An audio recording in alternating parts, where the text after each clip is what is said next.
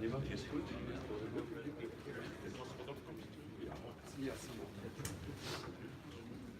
Ja, het was ook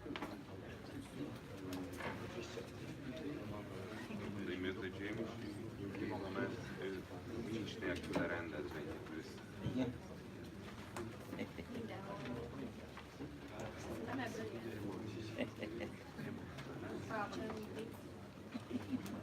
Aknizik. Nem tudom, hogy kapni ezért pénzt, szerintem.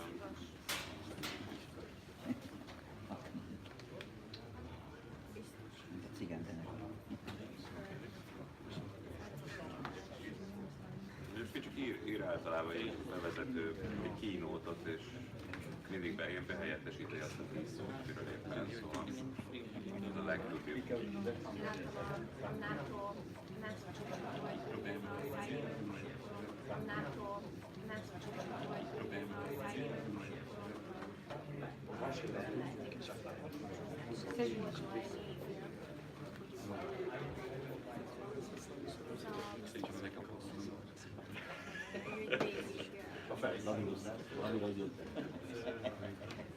Tudni kell. Ez a diplomácia. Más néven diplomácia, lavírozás.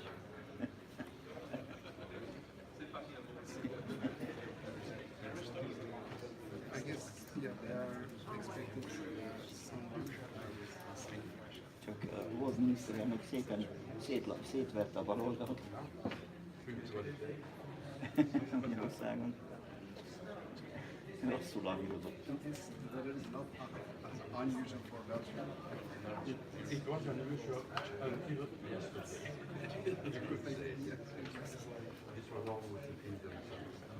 Now let's give them. Een week geleden was het ook een nazi. Ja. Ik was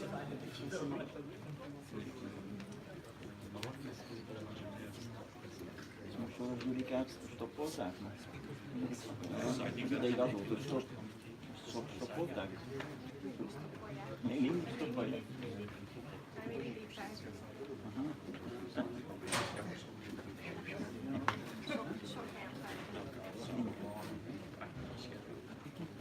Ő is hozzá a lóvét mindenkinek.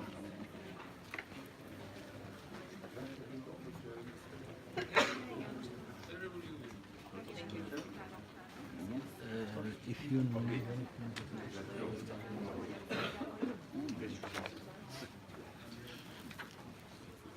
Nem adja föl. kamera.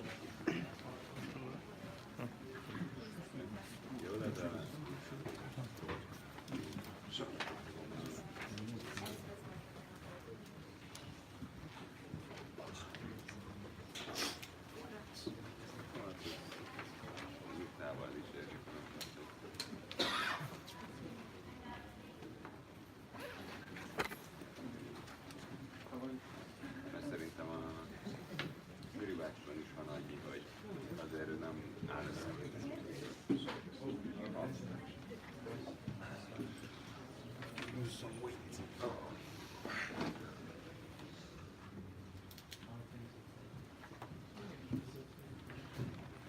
Raktam.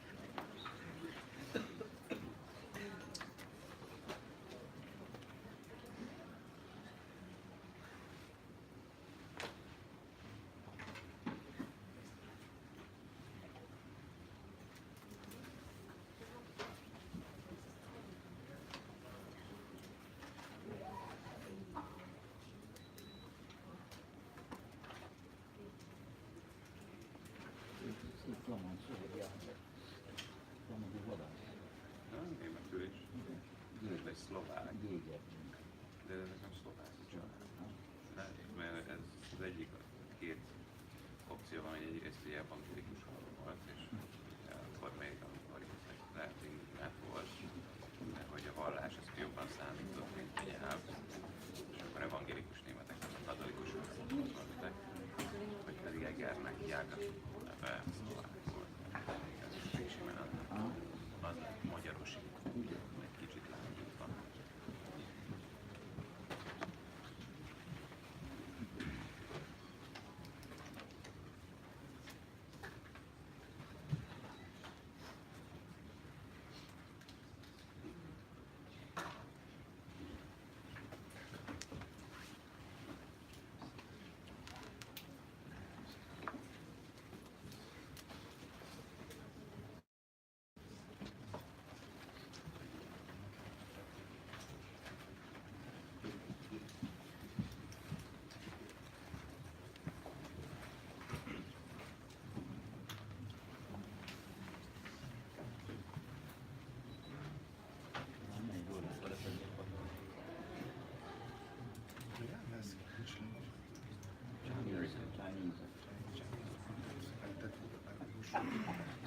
No, it's Hungarian not. That's not, it's a different language from Hungarian. No, but the same one.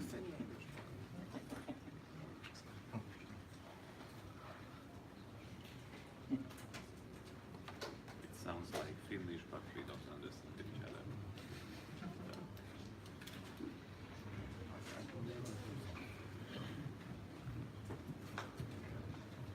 For Hungarians, it's always surprising because they use the same intonation. So, the Apple is just so familiar, but I don't understand. I see just like both English. It's good, like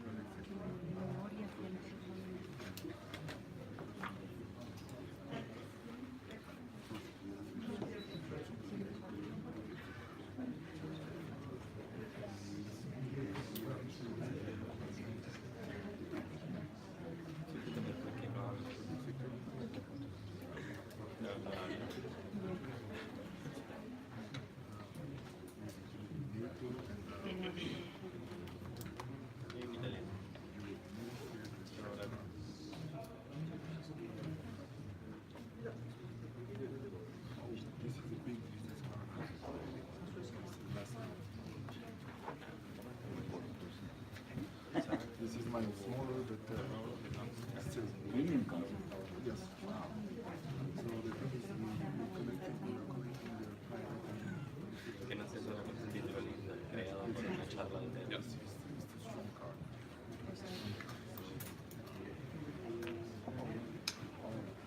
The creative one promoted to bring some And she come? Archaeologist.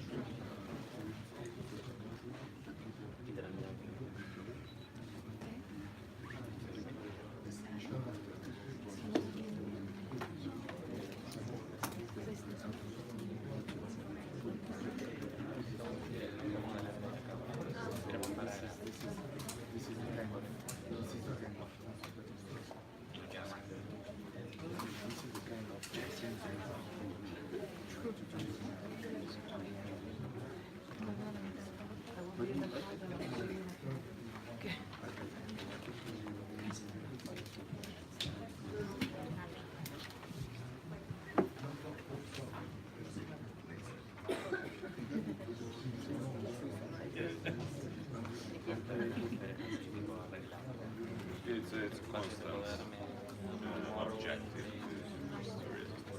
to actually it's not really for Budapest anymore, but other parts of the country because we are too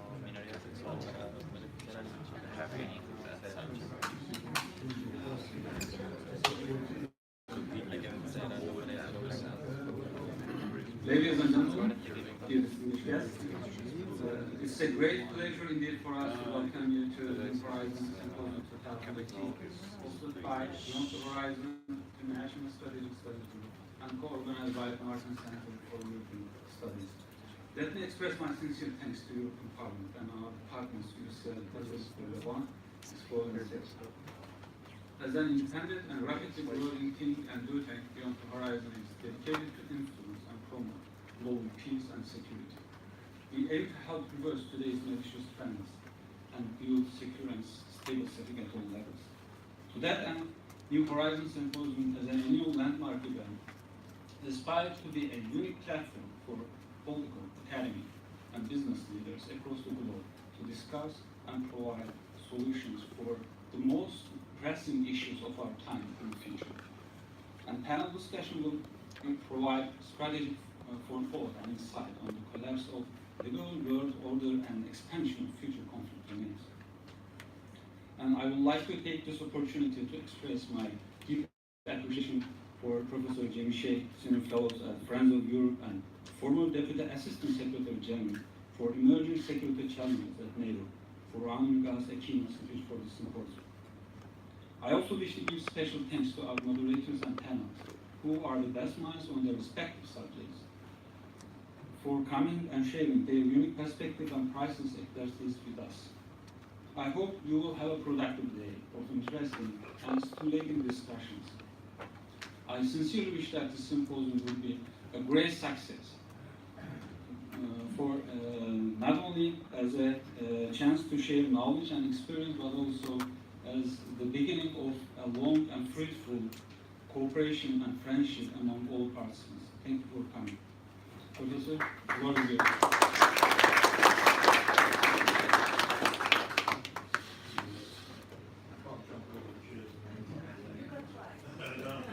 It would be a success. Well, thank you, ladies and gentlemen. Thank you very much. Thanks for the very kind introduction. I must confess, this institute is called Beyond the Horizon, and as I was stuck in the Brussels traffic this morning and the clock was ticking down, this was really beyond the horizon. Unfortunately, I managed to get here on time. Also, the theme of the conference, which is New Horizons, touches me personally, because as somebody who's been out of NATO for just 2 weeks and who's trying to navigate my way in the afterlife, New Horizons is definitely what I'm pursuing at the moment as well. But I'm really grateful to you for giving me the opportunity to start this morning. It's always best to be the keynote speaker at the beginning of the conference, because you can say any amount of rubbish that you like, and as you're at the beginning, everybody's forgotten what you said by the time that the much more illustrious and interesting speakers for the rest of the day have had a chance to speak. And the other thing I appreciate about this is that the subject of new emerging trends in security is so vast that I can really talk about what I like and hopefully still be relevant. A couple of decades ago, the UK had a Prime Minister called Margaret Thatcher, and one of her favourite phrases was, "It's a funny old world." And it's true, we live in a very sort of funny world today.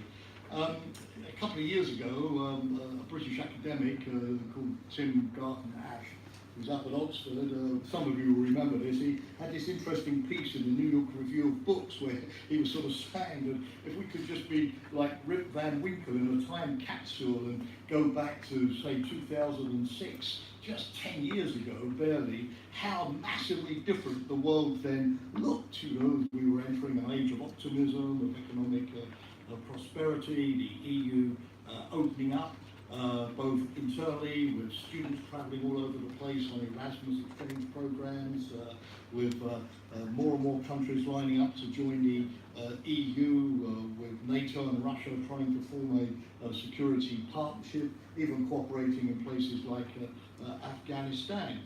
Indeed, when I worked with Madeleine Albright and a group of experts back in 2010, just a short while ago as 2010, on NATO's new strategic concept, I remember being at her farm in Maryland, which was quite a good experience, drinking Jack Daniels with the group, and the big issue was, my God, you know, there's peace in Europe, The Balkans is quite peaceful. We are gradually going to the end of the ISAF NATO mission in Afghanistan.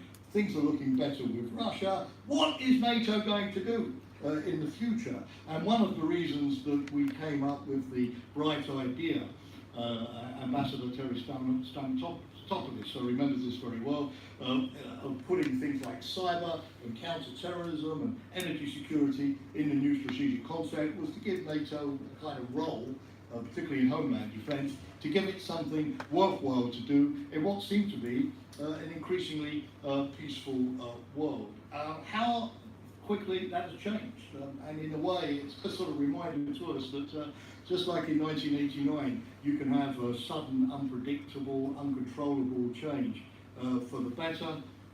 With equal speed, things can go in the opposite direction. Indeed, when I look at the situation today, I often remember Edmund Burke, the 18th century sort of MP, political scientist, a philosopher, commentator, who said that rage and frenzy will pull down more in half an hour than prudence, deliberation and foresight can build up in 100 years. How true that is.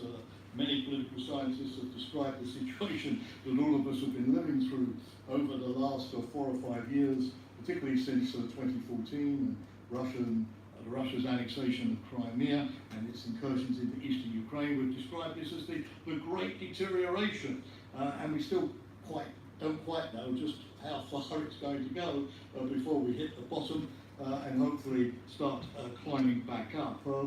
And one of the problems is the sheer sort of complexity and variety of the issues that we're confronted with. For much of my NATO career, things were relatively simple. If you went into sort of James Shea's office, and this would apply to many of my colleagues, in 1980, one map of the wall on the wall that showed the full of the gap. In other words, a sort of a 60-kilometre zone in West Germany was where the future of international conflict, the future of East-West relations, the decision between peace and war would be played out. And if you could plug the full of the gap, the rest of the world would remain, or at least the transatlantic community would remain relatively quiet. You could really sort of boil the macrocosm down to the microcosm. And that didn't change very much, because of course after the wall came down, we had the map of Bosnia. And it was not just a question in Bosnia of stopping a conflict. Bosnia was the laboratory where the great 21st century world order, the responsibility to protect, the notion of putting Humpty back together again, the issues of relations between majorities and minorities in Europe, the definition of self-determination, the issues of European integration, of international justice, the NATO-EU cooperation. All of these things were going to be constructed, and if we could get it right in Bosnia, we would have a blueprint that would apply to Kosovo, would apply to Afghanistan, Iraq, and God knows what. And then again, it was the same in Kosovo in 1999, then the map of Kosovo went down, the map of Afghanistan went up, but it was one problem in one place at one time, which was not, as I say, only interesting sui generis, but which was also a kind of microcosm where some big new principle of the new international order, the new world order, as George H.W. Bush put it, would be defined. And of course that made it very easy for all of us who had to deal with those kind of issues. We had lots of time to get the intelligence right, we had plenty of time to agonise over the decisions, to increase the troops, to decrease the troops, to do this, to do that. We had plenty of time to reach out to the UN and the EU. You knew a year in advance that you were expected to send a battalion to Afghanistan, so you had loads of time to cannibalise the rest of your military forces to get the wherewithal for that kind of deployment. And if you failed, well, failure wasn't nice, but there would be no immediate blowback or consequences for your security at home. Now, of course, it's different. The problems are on our doorsteps. And NATO, for the first time in its history, is talking a little bit about NATO, but I'm so close to my 39 years there that I can't completely get it out of my DNA or exercise it overnight. In NATO itself, for the first time, East, South, and for the first time, the internal front. And of course the problem in terms of being able to provide order is that some allies will obviously look upon the Eastern Front as the priority, others will look like the UK in the wake of Novichok and the Russian hybrid campaigns against the UK, will perhaps see the internal aspect as the one most crucial to our security. If you go, of course, to the southern flank, Greece, Italy, Turkey, Portugal, what's going on over the Mediterranean is real and happening every day, and the Russian threat or challenge, call it what you will, would come across as much more hypothetical. So trying to get, if you like, a common view on the priority of threats, trying to get generosity where each ally will agree that, okay, if you help me on my particular challenge, I will reciprocate and I'll send some F-16s up to the Baltic states to show you that I'm invested in your challenge. How do we deal for the first time ever with these three strategic fronts? And we know very well that we can't afford to fail, because it's a game where if you succeed on two, but not on three, for example, if you deal with conventional challenges to the outside, but you're not able to deal with the hybrid warfare type scenarios. If you pacify the east, but the south remains a bleeding, festering wound of jihadist groups, of organised crime, of human trafficking, of refugees, of the collapse of governments, then we know that we're not going to have a secure Europe in the 21st century. So what are the key issues that we have to face? Well, the first thing is that there is no central axis defining world politics. No sort of a framework that basically structures the international system and provides the dynamics both to deterioration or to improvement. In the days when the US president and the Russian leader could meet and immediately take decisions like Reagan or Gorbachev on TV last night, and seeing the pictures of them signing the INF Treaty in 1987, and that single move could literally bring about the end of the Cold War, or at least a harbinger that now we were going towards a de-escalation. That doesn't work anymore. We have too many interconnected, but at the same time disconnected problems. For example, a couple of months ago we were celebrating the triumph over ISIS in Raqqa and Mosul. And the Washington Post, in a brilliant editorial, said, well, this is great news, everybody, but now let's concentrate on the 26 other conflicts that are going on in Syria and Iraq. And it listed 26 other conflicts. You can guess off the top of your head. Many of them, you know, the Kurds, the Turks, the Israelis, the Iranians, the different factions and so on. The Al-Qaeda benefiting from having the pressure off it in order to reconstitute and re-emerge as a significant force. And then the problem is that by solving one, you don't really get much traction on any of the others. I mean, a couple of years ago, David Petraeus was fond of saying, hey, if we Americans could solve this Middle East peace between Israel and the Palestinians and the Arabs, that would transform the Arab world, it would improve America's image in the Middle East and so on. No, there is unfortunately no single conflict, as during the Cold War, which, although dangerous, also provides the key to a more stable, durable world order. The problem, I think, today is that the problems tend to ally with each other extremely well and effectively. The bad guys find each other out, whether cyber criminals on the internet or terrorists, in a way that would have been impossible if they were marooned in their villages in isolation back in the 19th century. Bad things quickly interconnect. We've been through piracy, terrorism, organised crime to understand those interconnections, but unfortunately the solutions don't ally very effectively, and therefore dealing with one issue, great, but doesn't make the others unfortunately go away. So there is no central axis. The second thing, and I know that Chris Coker will talk much more eloquently and eruditely on this later on, is to return to great power conflict and rivalries. Despite the hopes of Donald Trump that he would sort of sort things out with Russia through a few summit meetings, or would sort things out with President Xi of China, more objective factors, which I think historians like Thucydides would recognise very well, more objective factors and personal factors seem to be driving the situation we're in today. The constraints are coming off. A few years ago, great power rivalries were at least constrained with things like the new START treaty. Going to lapse in 2021. So far the US has shown no willingness to recommit to extend that for 4 or 5 years. Yesterday I mentioned the abrogation by the United States of the INF Treaty, although on the back of very serious accusations also presented in NATO of Russian violations of that treaty. The whole edifice of conventional arms reductions and transparency and confidence building measures like the confidence of the conventional forces in Europe treaty that we built up during the Cold War is no longer being observed. The Iran deal, big question is whether the European Union with the new mechanism will be able to sustain that with Russia and China after the United States pulling out.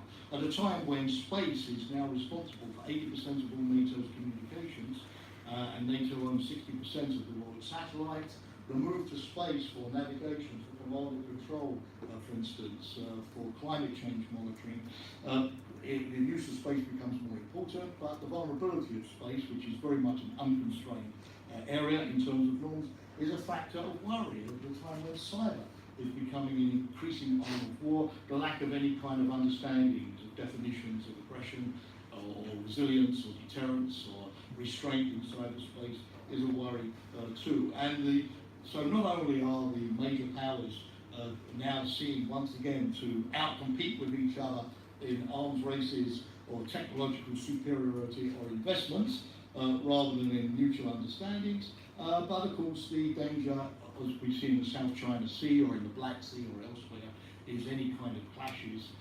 unconstrained by some kind of effective hotline or crisis management system could easily lead to escalation. And how do we deal with that? It's not a good world, frankly, when the European Union is the only status quo power in the world, and all of the others, even including the United States, are revisionist powers, unhappy with the existing order, whether it be burden sharing or their place in the sun or whatever, but unhappy with the existing order and willing to take risks to change it. Every zone now is contested. When I was a young NATO official, the Mediterranean really was Mare Nostrum, our sea. Nobody else went there. We owned it, or at least we thought we did, because we were the only presence there. Similar with the Baltics, after the collapse of the Soviet Union, we rarely saw a Russian ship in the Northern Atlantic. There was no submarine activity whatsoever, almost nothing. We basically had our zones to ourselves. This is no longer true. Whichever zone you look at today, maritime, increasingly land, with the various grey areas, space I've just mentioned, the cyber domain, every space is contested. Everybody is in everybody else's space and interfering in everybody else's space as well. So we have no option but to compete in order to preserve access to our space. It's not by any surprise that the greatest military issue that NATO faces is encapsulated by the formula A2AD, anti-access area denial. I'm going to keep you out of this space, which is increasingly going to be mine.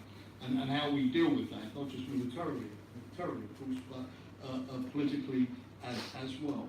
And then finally, this isn't helped by the fact that we are in competition with ourselves.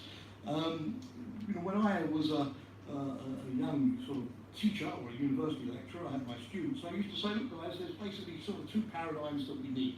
Either the world is messed up on the outside, but we're basically coherent on the inside, and therefore we can deal with this, or we're basically coherent on the inside, incoherent, but the world at least is giving us a bit of a strategic vacation. Think of the 1990s. On the outside, it's staying quiet, there are no sort of massive challenges that we need to face.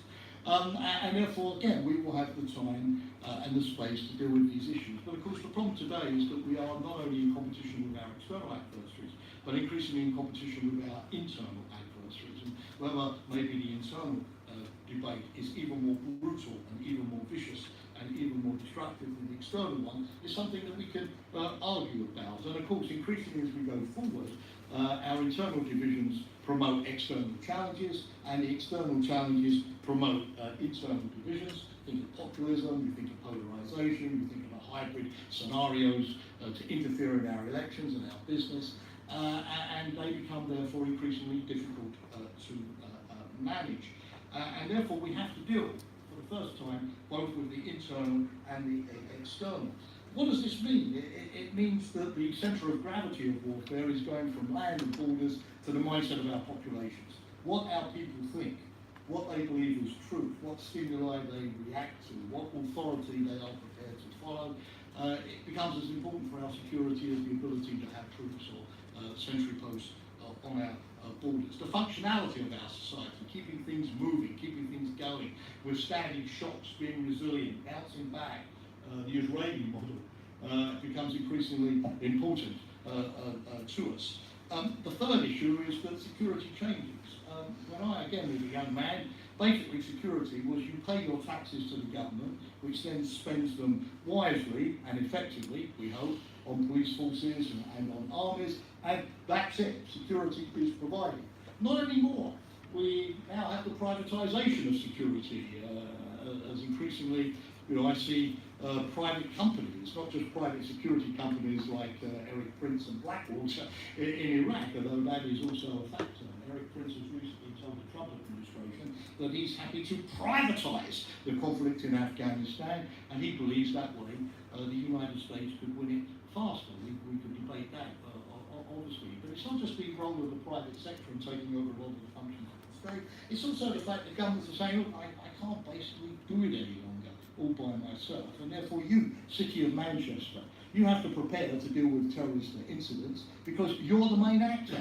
If there's a bomb at a Ariana Grande concert, it's you, the mayor, it's you, the municipal level, that are going to be the first responders, and you've therefore got to sort it out, and you've got to exercise. If you are hacked and your credit card information is stolen, the government will say, well, sorry, but the responsibility there is with you, the citizen, to act in a responsible way and have a better assumption of risk. In the cyber area, we have this endless and fascinating debate about who is liable, who is responsible. Is it the government for not having regulated Microsoft? Is it Microsoft for not producing good software, not thinking of security? Is it the individual for not having got insurance to cover security risks or not using the software in the best way? We now have a ping pong in terms of where the responsibility for security lies, but we know that to be secure, we have to have a much more shared concept.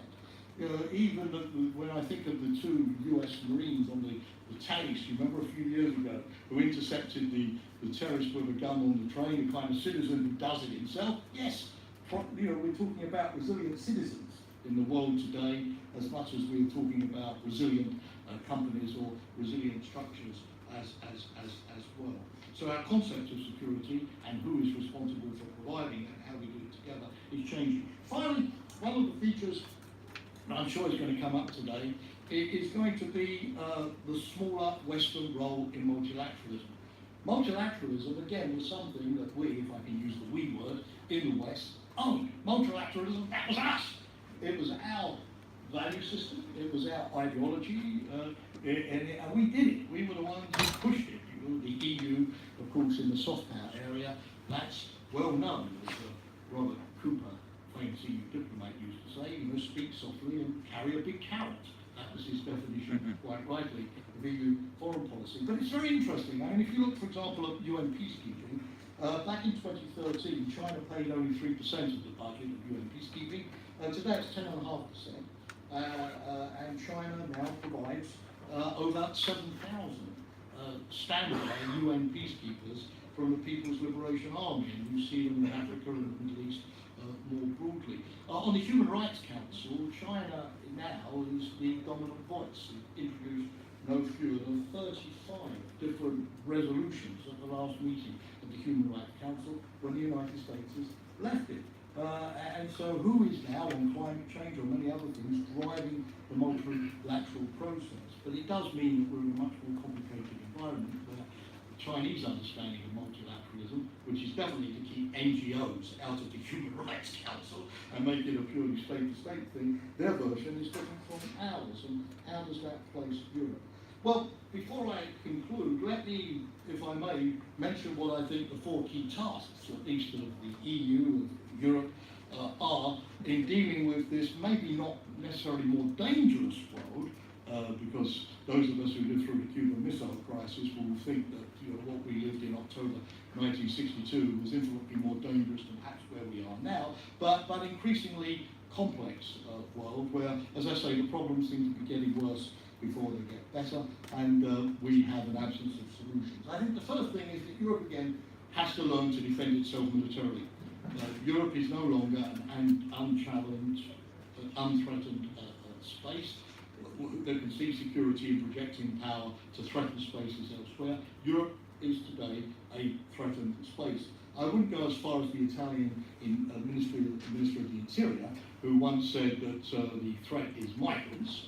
Definitely, I do not see migrants as an Article 5 security threat, but we certainly do face the possibility of parts of the European Union that could be militarily occupied or conquered in the future.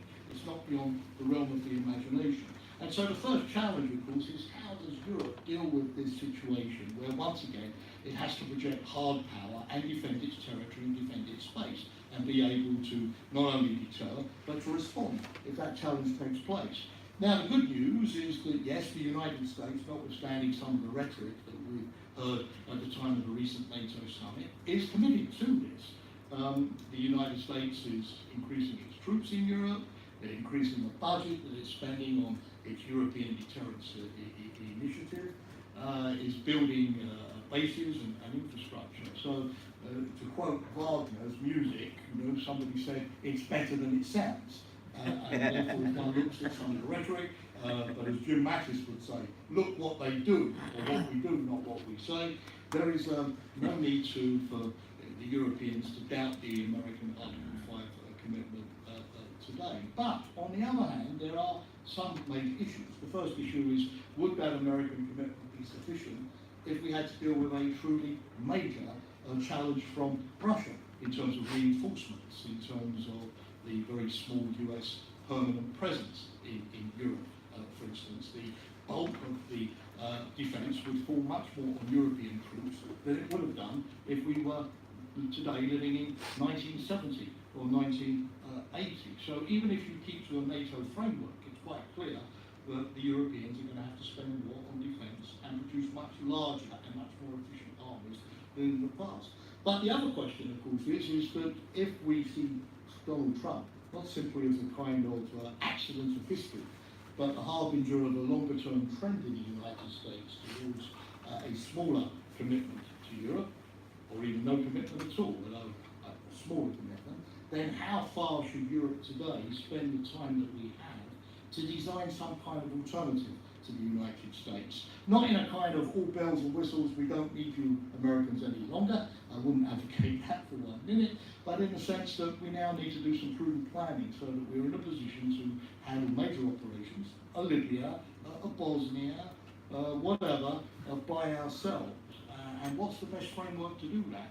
President Macron, I could talk about this for many hours, I don't have time, but President Macron seems to be going in two directions at the moment. One is the EU route with Germany, one is though a more pragmatic European intervention initiative with the UK, with Norway, non-EU countries, around a kind of coalition of the willing of those countries who have an interventionist culture and who are willing to therefore share planning and operations. I'm agnostic on this, it doesn't matter if a cat is black or white, as long as it catches the mice, of course, but I think it's a real reflection that we have to have.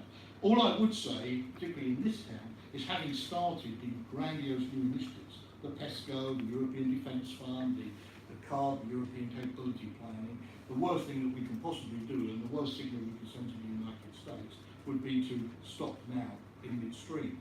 Second thing is, how do we promote a more effective response to the challenges of the South, where we're not simply running behind the latest crisis, whether ISIS or Syria or Libya.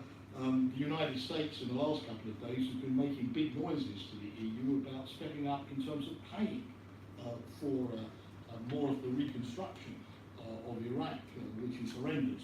People in Mosul are complaining that they've been liberated for 6 months and still the electricity only works a couple of hours a day and there's very little water. That is not the circumstances which are going to get much support for the long run for Western policy. So how do we have effective burden sharing? I heard on the BBC this morning, the US was even putting pressure on my country, the UK, to take more of our British ISIS fighters that are stranded in Syria. although we've taken away our passports. So what is the effective transatlantic as well as EU policy to build in a more systematic way greater resilience? And would you do it more in the Middle East, where the immediate problems are, or would you jump over the Middle East and look more at Africa and the whole issue of governance in Africa, given the demographics, given the climate change impact, and given that that's where the bulk of the migrants will be coming from?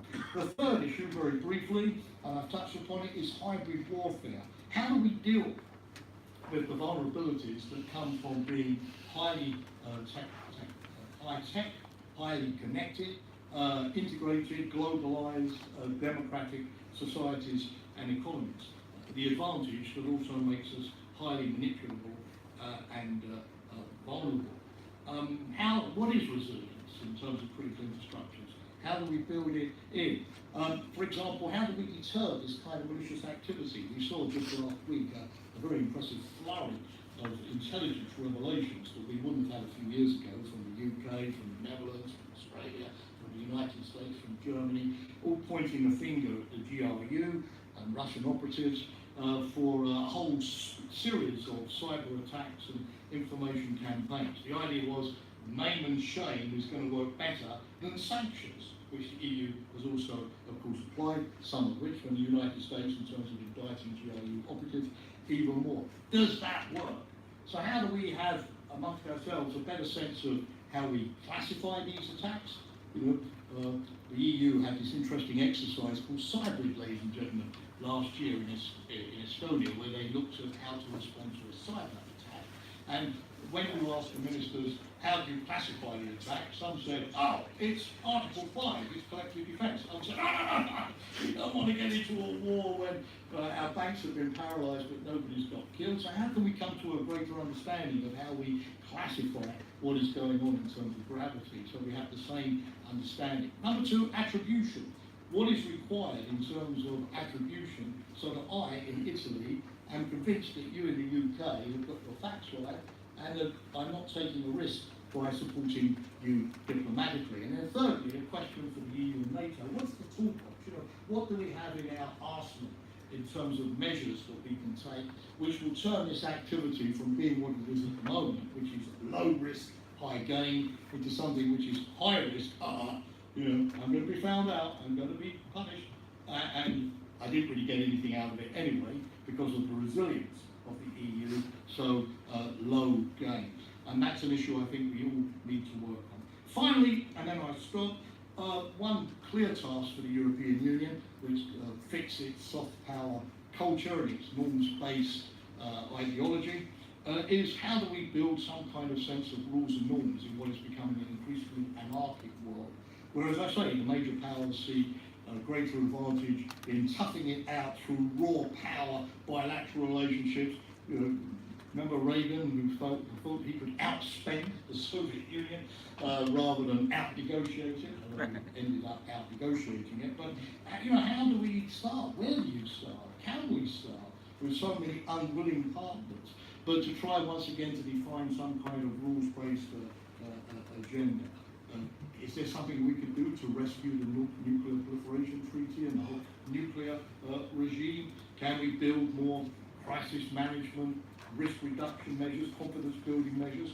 Thinking now that we're dealing with a triangular world where all of this has to embrace China and no longer be East-West, US, Russia. Is it better to sort of kick off with things like artificial intelligence?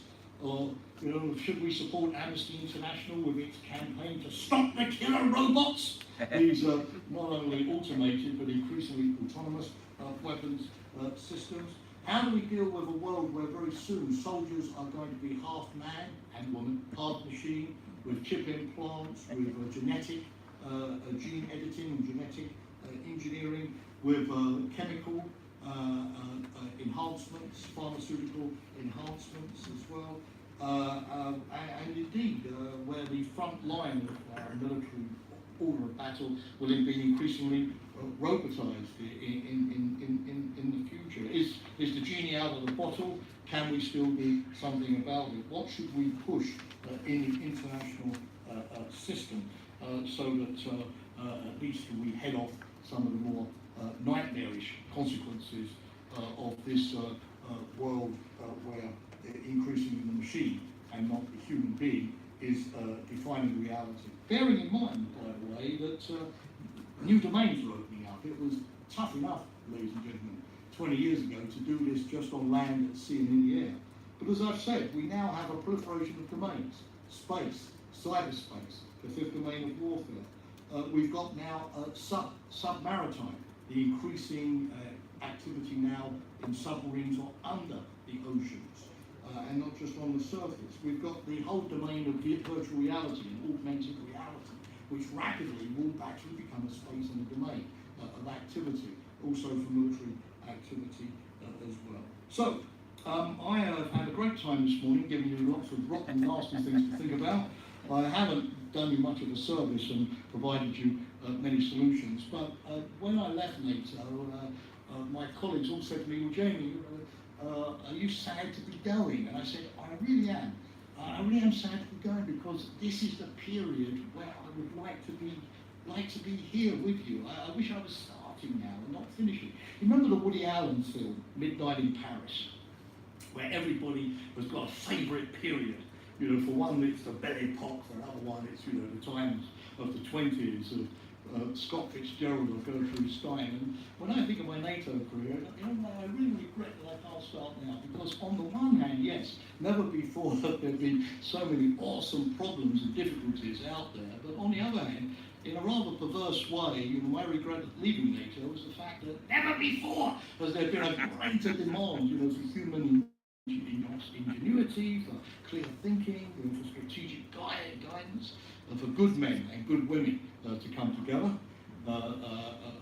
As Benjamin Franklin reminded us many years ago, you know, times of complexity are also incredibly challenging times intellectually, and so I regret that I can't be part of that journey as much as I'd like to, but the fact there are so many of you in the audience today suggests that many of you are definitely up to the task, and I wish you every success. Nothing could be more important. Thank you very much for listening to me this morning.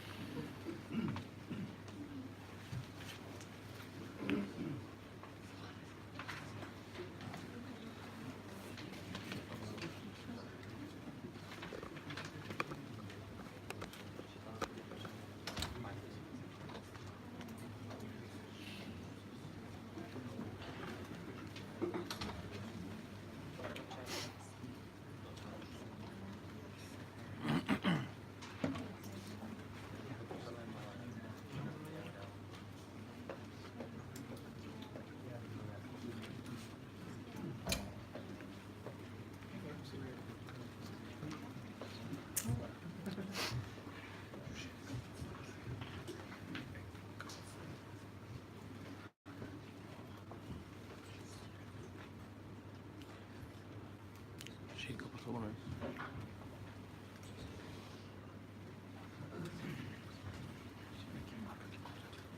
Tipo, nada.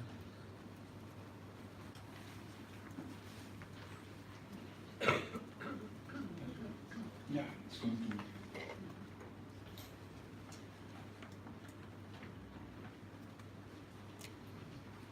So, good morning. Welcome to this first panel on the collapse of the liberal world order. My name is Professor Stroyer from University Catholic Louvain, and I will be the moderator of this morning. We have three panelists because, unfortunately, Professor Khan could not make it because of some health problems, but everything is okay. Every speaker will have about 30 minutes to present his view on the collapse of the liberal world order. Maybe there is a question mark on it. And we will start with Professor Victor Kocher, who is Professor of International Relations at the London School of Economics and Political Science. His publication, The Two Men at War, What Fiction Has to Tell Us About Conflict from Iliad to Catch-22, The Improbable War, China, the US, and the Logic of Great Power War, Future War, and his most recent book is Rebooting Clausewitz on War in the 21st Century. He's a former twice-serving member of the Council of the Royal United Service Institute, a former native fellow, and a regular lecturer at defense colleges in UK, US, Rome, Singapore, and Tokyo. So Carver, first is yours. You'll have first 30 minutes to 30 minutes? Yeah, present. But that includes the Q&A? No, you can do less and then we... Okay, fine. Okay, and you want me to be seated here or to stand? That's up to you. It's a pleasure, I think. Look, if I'm going to talk for 20 minutes, I'll only be 20 minutes, I'll stand. So it's easier. Okay, first of all, I'm sorry for the fact that my picture doesn't look very much like me.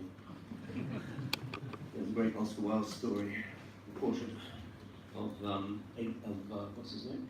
Dorian Gray.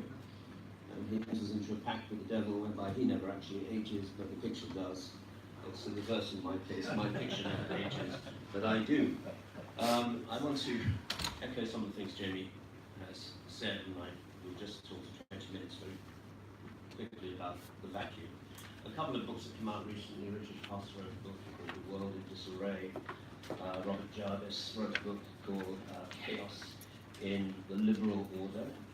Chester Crocker, former Reagan administration official, said that he's lived through times of disorder before, but they've never been so varied or so deep.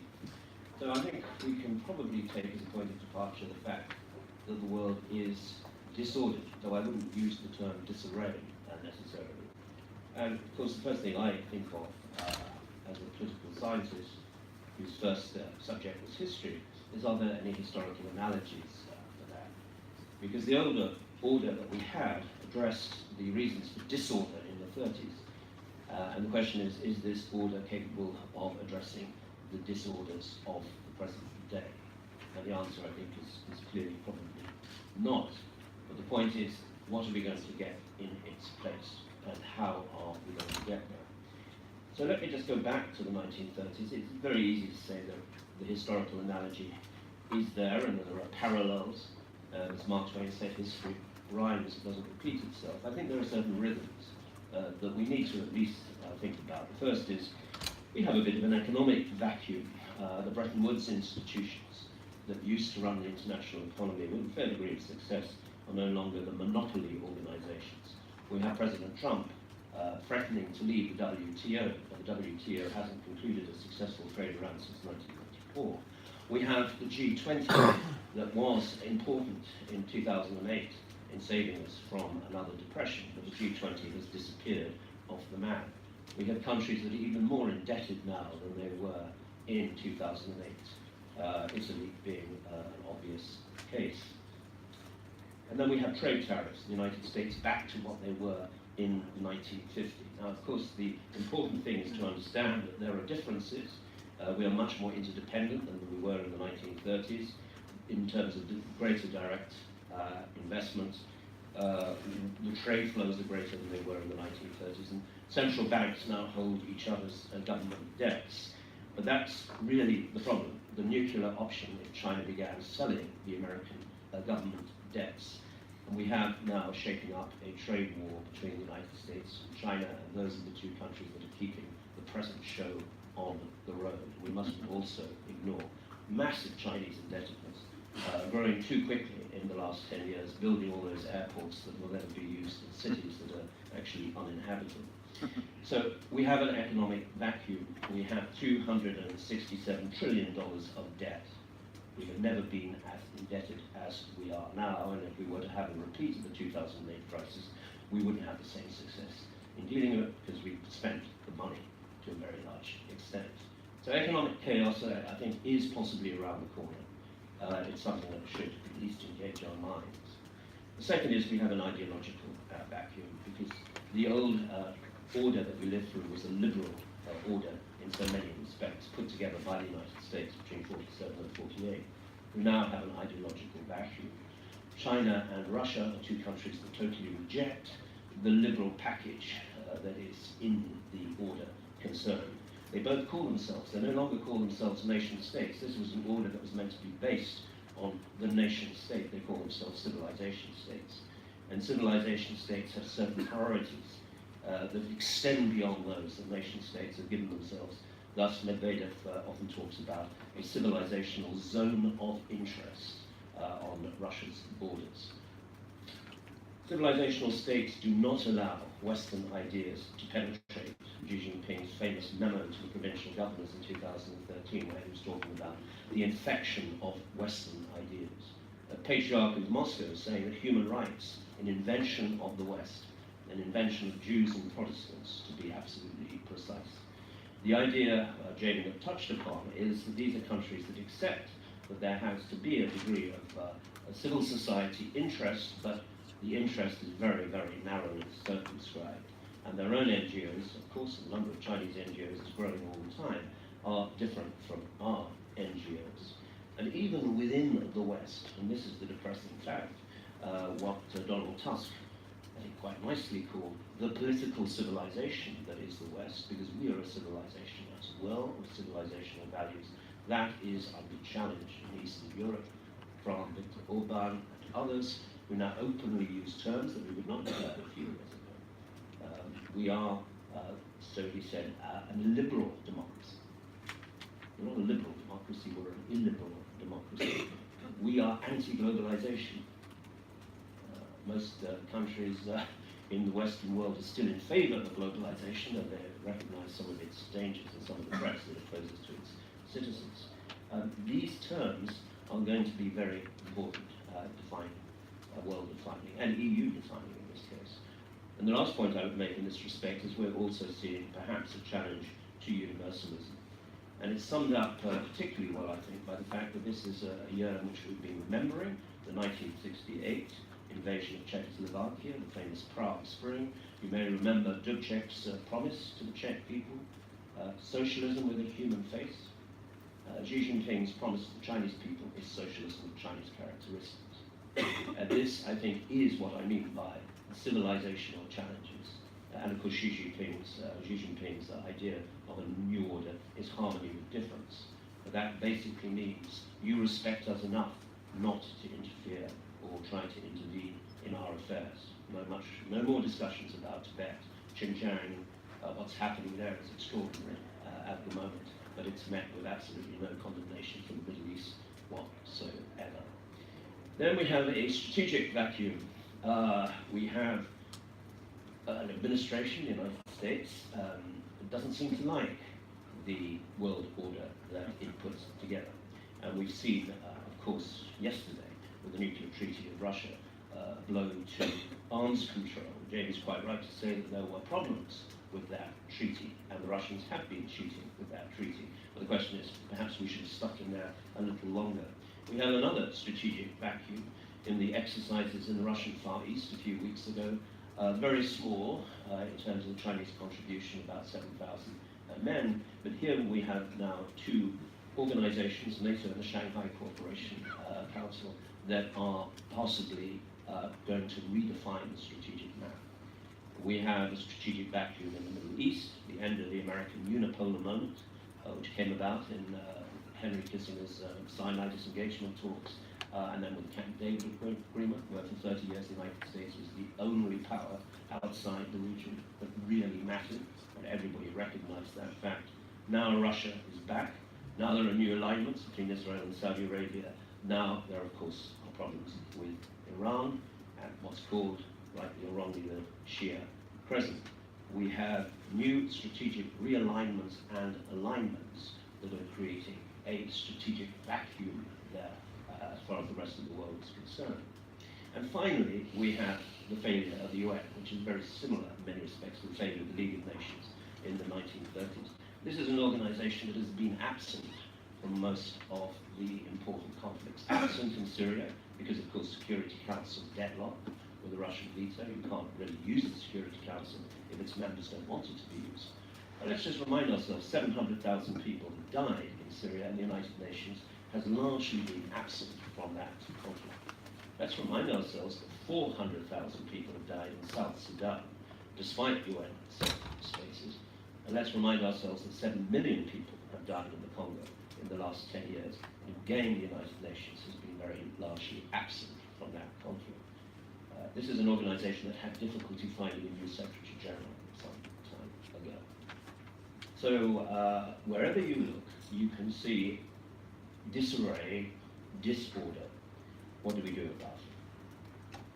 I think it depends very much on the word that Jamie used, revisionism. Are Russia and China revisionist powers? Or are they powers that are seeking to renegotiate the international order to bring it in line with the realities of this century, on the understanding that probably its historical time may be over? Well, I think we have three scenarios if they are revisionist powers. One is that Russia, in particular, will continue to break international law and get away with it to a large extent, because sanctions won't stop it from breaking the game. The second is that China will simply bend the rules rather than break the rules, as it has quite successfully in the South China Sea, where the ability of the US Navy to do what it's supposed to do, freedom of navigation, is now very much in question. And then, of course, we have an organization that we tend to forget now, ISIS, because Raqqa fell. ISIS was an organization that wanted to throw away the rule book, neither to break the rules nor bend them, but just throw away the rule book. That organization is no longer of immediate interest to us, but there will be a successor. And that we know, and what form that successor takes will be interesting to see. I think there are some other alternatives which we might at least want to consider very, very briefly. One has probably gone, and that was the G2 world that Brzezinski, the late Brzezinski, was very keen on. This was a world in which China and the United States would retreat behind closed doors and decide the fate of the rest of us. You may remember that moment in the Copenhagen Environmental Summit some years ago where the EU was asked to leave the room while China and the United States did precisely that, talk about the future of the world. I think that moment has gone. The other possibility is two parallel systems which we're seeing emerge, an American-led system and a Chinese-led system. And I think the Great Belt and Road Initiative, which now involves 70 countries, is in itself very, very indicative of this. By the way, there's a civilizational facet of the Great Belt Road that people ignore, and that is UNESCO World Heritage Sites. After the Great Belt Road is finished, there will be 500 UNESCO World Heritage Sites in that area, which will top Italy, that has more UNESCO World Heritage Sites than any other country in the world. This is the kind of cultural battles, I think, that are going to be fought in the future. That parallel system is in the making. Whether it goes further, we'll have to see. Some of the members of it are beginning to suspect Chinese indebtedness as a real problem, and a number of countries have cancelled contracts already, Malaysia, of course, being one of them. The third is, I think, what Ian Bremmer calls a G0 world. That's a world in which there is no hegemonic power, there's no concert of powers as such, there's a global governance gap. Not a global government gap. This is a world in which deals can indeed be made by great powers and will be made by great powers to their own satisfaction. But governance, that is human rights and environment, civil society, and all the other things which we thought this multilateral scheme that Jamie talked about had put at the top of the agenda, that will largely disappear, wither on the vine. And that, I think, would be a great concern to all of us. So just to get back to the last point that Chester Crocker made about how disarrayed and disoriented the world is, the point he went on to make was that a world order is only as strong as the willingness of the great powers to actually keep it going on the road. And that's why that great British political scientist Martin White called great powers the great responsibles. Their responsibility is to keep the order going. And at the moment, what we see in the figure of Donald Trump, not necessarily everyone in his administration, and what we see in the figure of Vladimir Putin, who is his administration, not necessarily perhaps in the view of Xi Jinping, is a reluctance to actually take responsibility for keeping the show on the road. And that, I think, is the challenge that we face most immediately. So that's my pitch, sales pitch. Unless you'd like to, any Q&As my time, that would be fine. We can go on to the next speaker.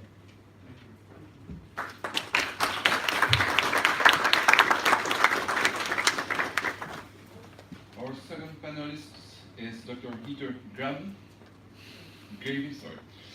Dr. Gravy, as both Director of the Open Society European Policy Institute and Director of EU Affairs, works to ensure that open society values are at the heart of EU policies and actions, both inside and outside the borders.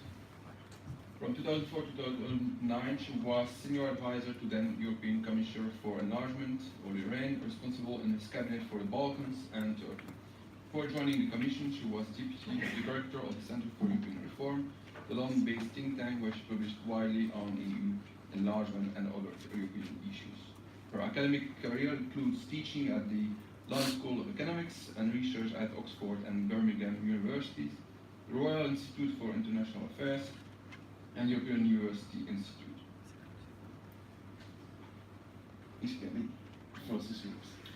So thank you. It's a pleasure to be with you this morning. I was asked to speak about the rise of illiberalism, and in fact, what I'm going to do is talk a little bit about, following on from what Professor Coker has just been talking about, the way that domestic politics interacts with what's happening in terms of the global order.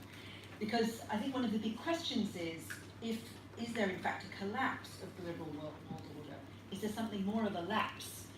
Because that seems to be the assumption often in Brussels in terms of EU policy making, that what we're living through are extraordinary times and at some point it will all return to normal. Perhaps when there's a new US president, maybe things will simply get better and we'll return to what was there before. I think this is not actually a collapse. What we're seeing is a significant erosion, but I suspect that that erosion is not a lapse. It may well be permanent. So how do we live with an order that is clearly eroded on the normative side, and what are its practical implications? That's really the issue I'd like to address this morning. Over the past century, both the Europeans and the Americans have been quite successful at shaping their images in the world. But now those images are being shaped for them to a much greater extent.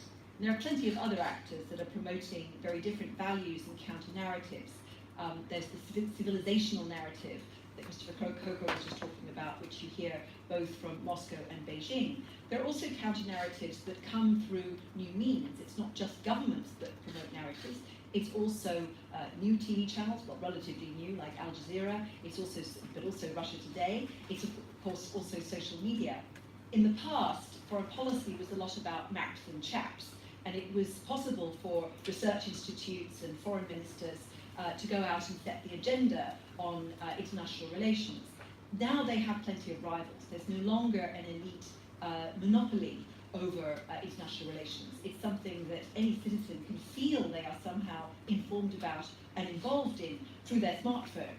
But that doesn't necessarily mean that they are involved in an order. They may be involved in a series of narratives, and some of those may well be eroding that order, which is why the normative framing of it is really very important, because it's not enough simply to talk to foreign policy elites. It's actually vital to talk to the public as well.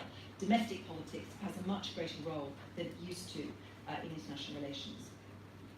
So if the Western narratives are no longer the norm, and also our export models have been weakened, export models in terms of soft power that Joseph Nye talked about as regards the US, that was there also the European Union through the enlargement process until 2007.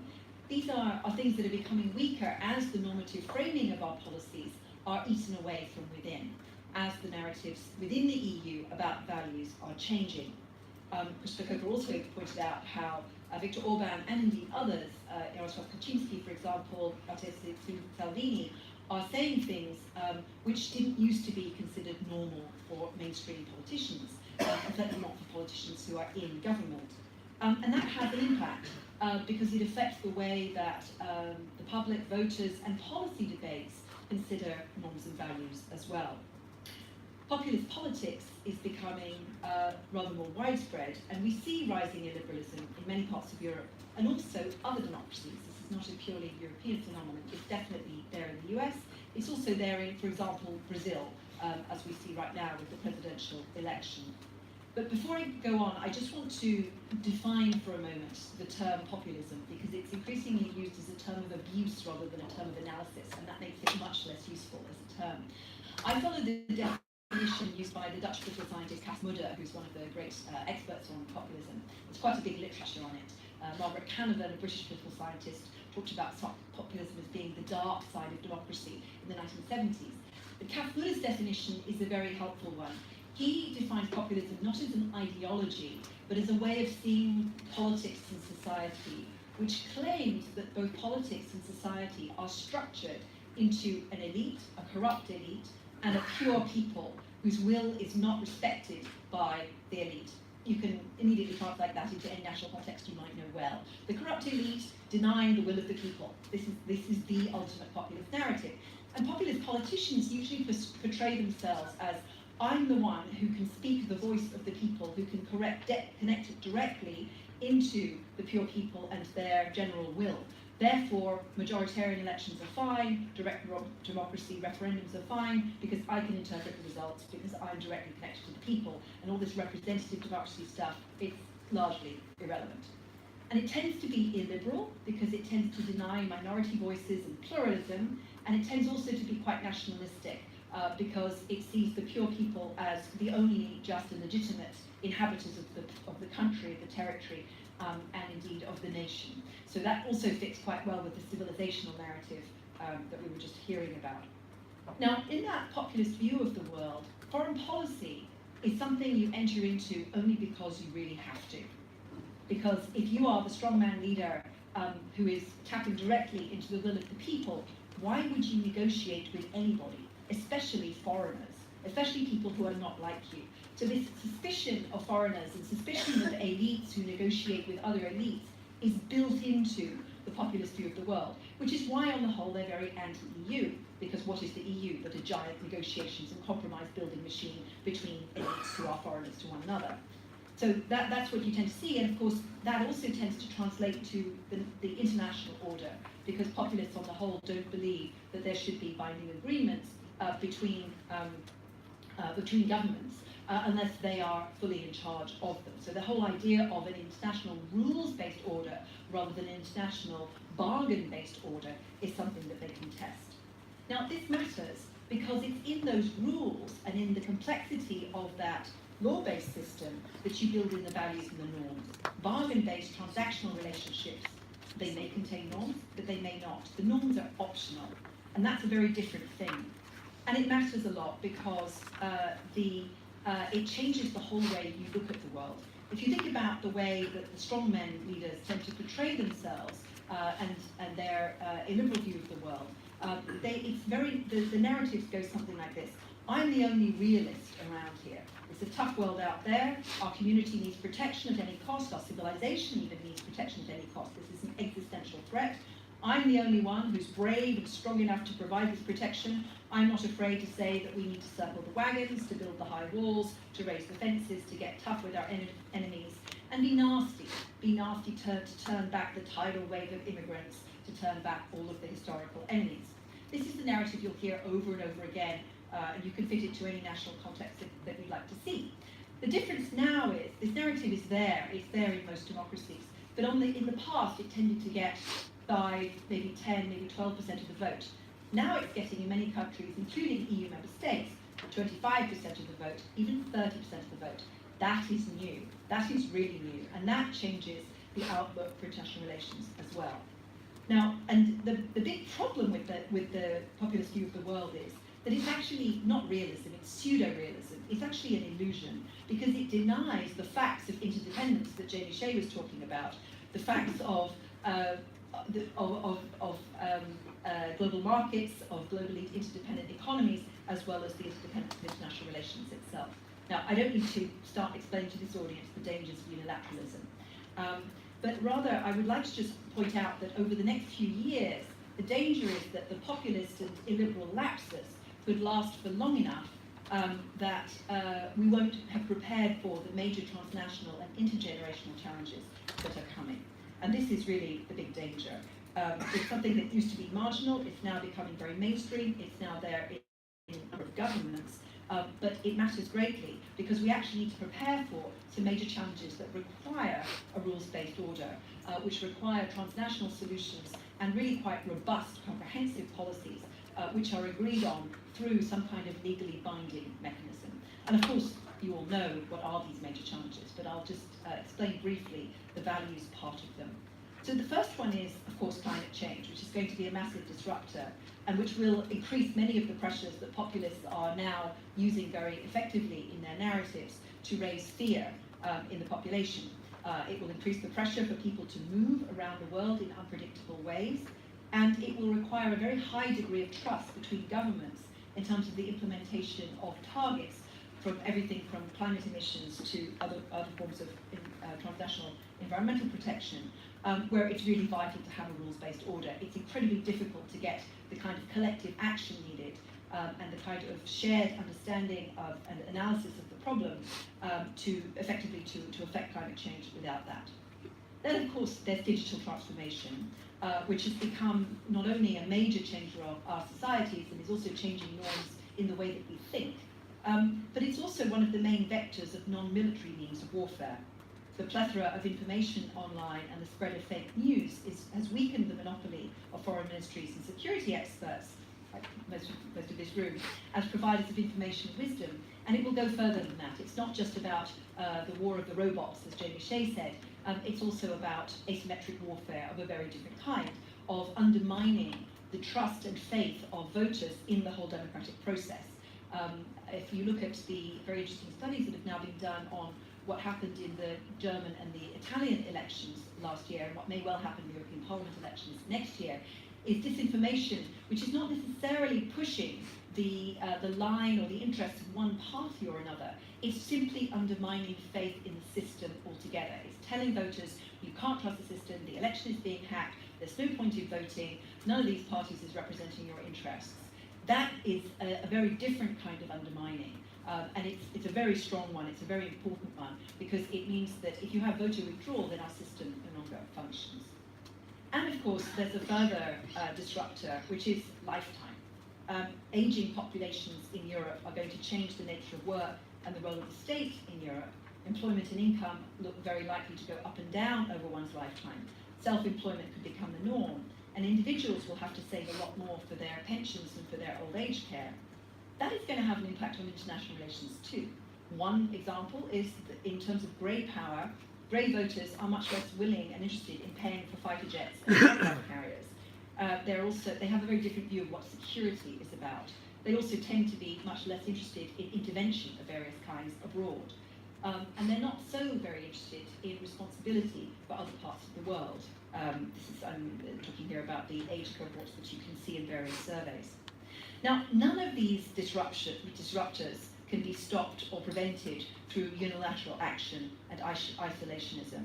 Rather, you actually need long-term, robust, comprehensive policies that can hold across borders and across time.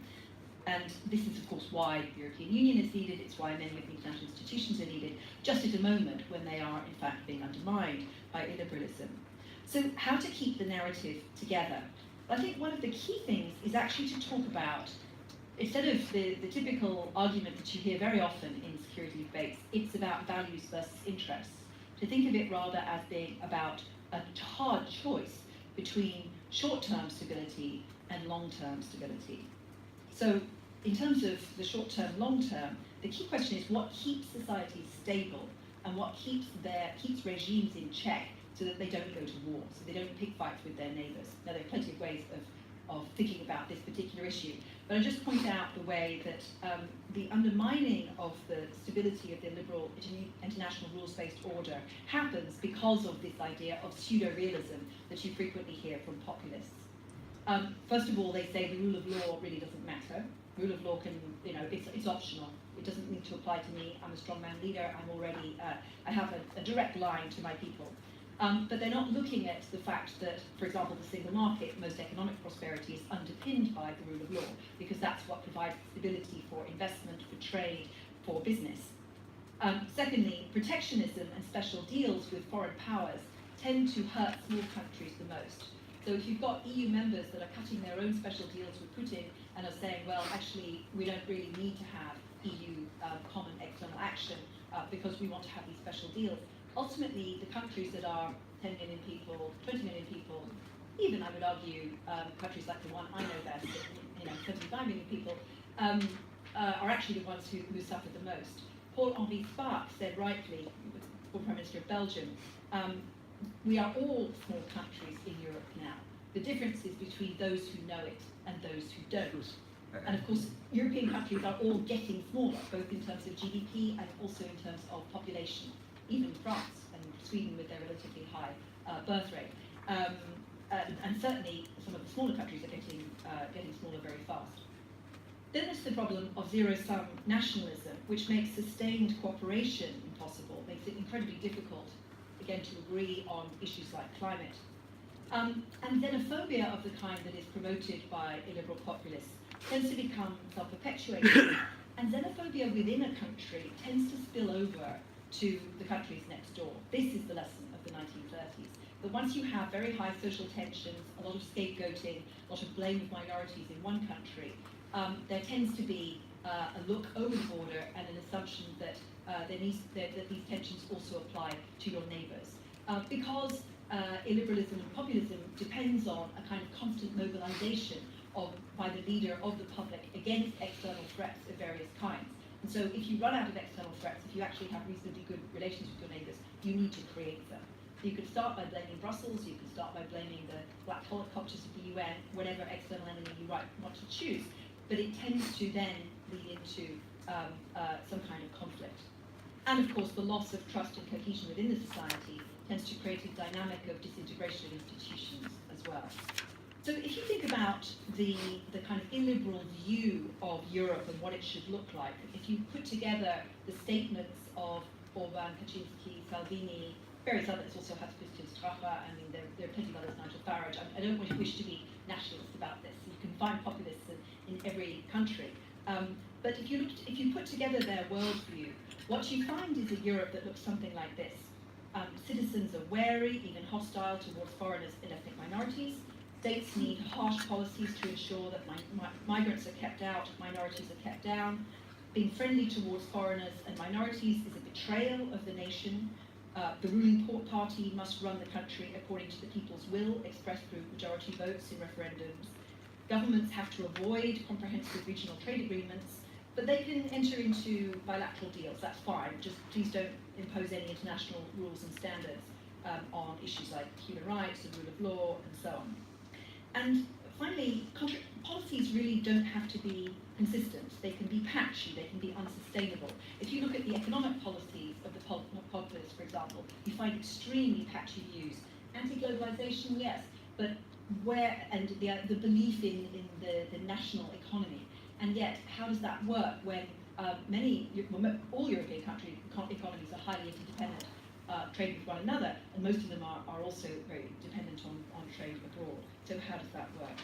So I would just finish by saying, I think the danger that we have in all of this is that views of the really major long-term transnational intergenerational problems and also the question of how to deal with problems in neighbouring countries are getting reduced by the illiberal view of the world and by various populist leaders in Europe into some really very small, inward-looking politics based on fear, based on constant mobilization, which are not equipping us well, to say the very least, to what we deal with long-term. And this undermining of long-term stability is, of course, dangerous.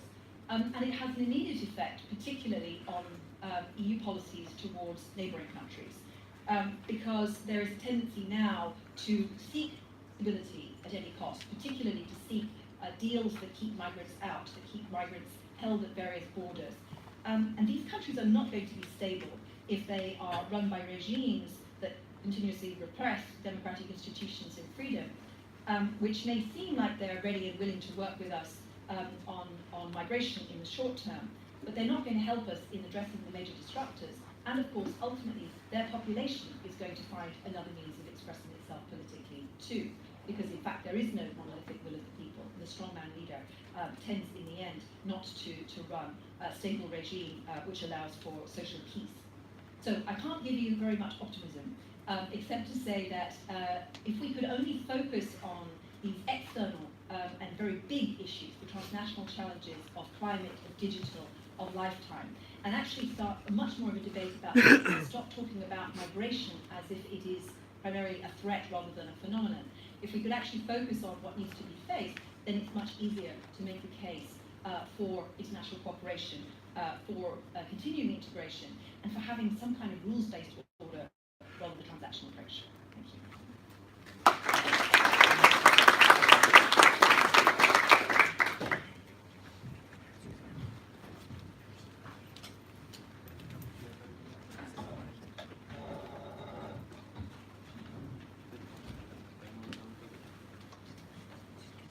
So I've been asked to talk about the arms race.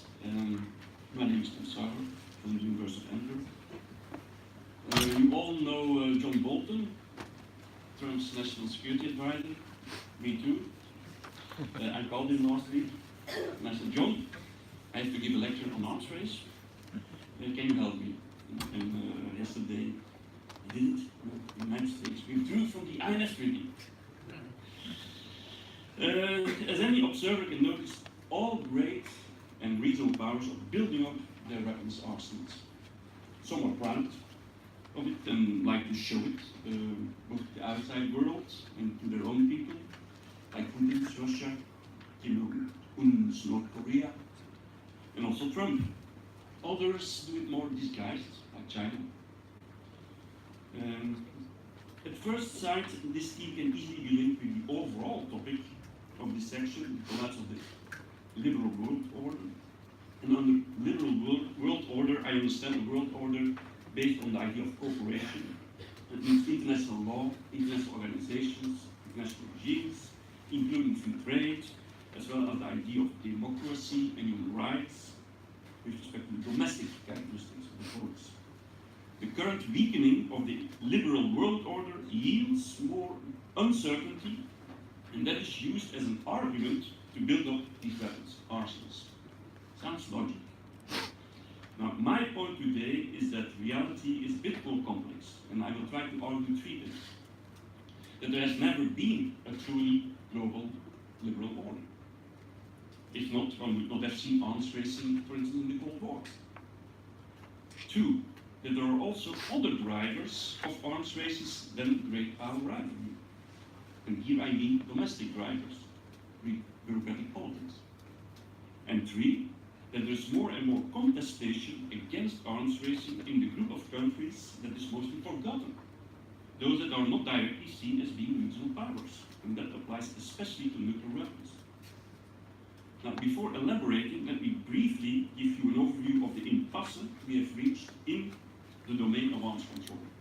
With respect to nuclear weapons, the INF Treaty, intermediate range missiles, is gone since yesterday.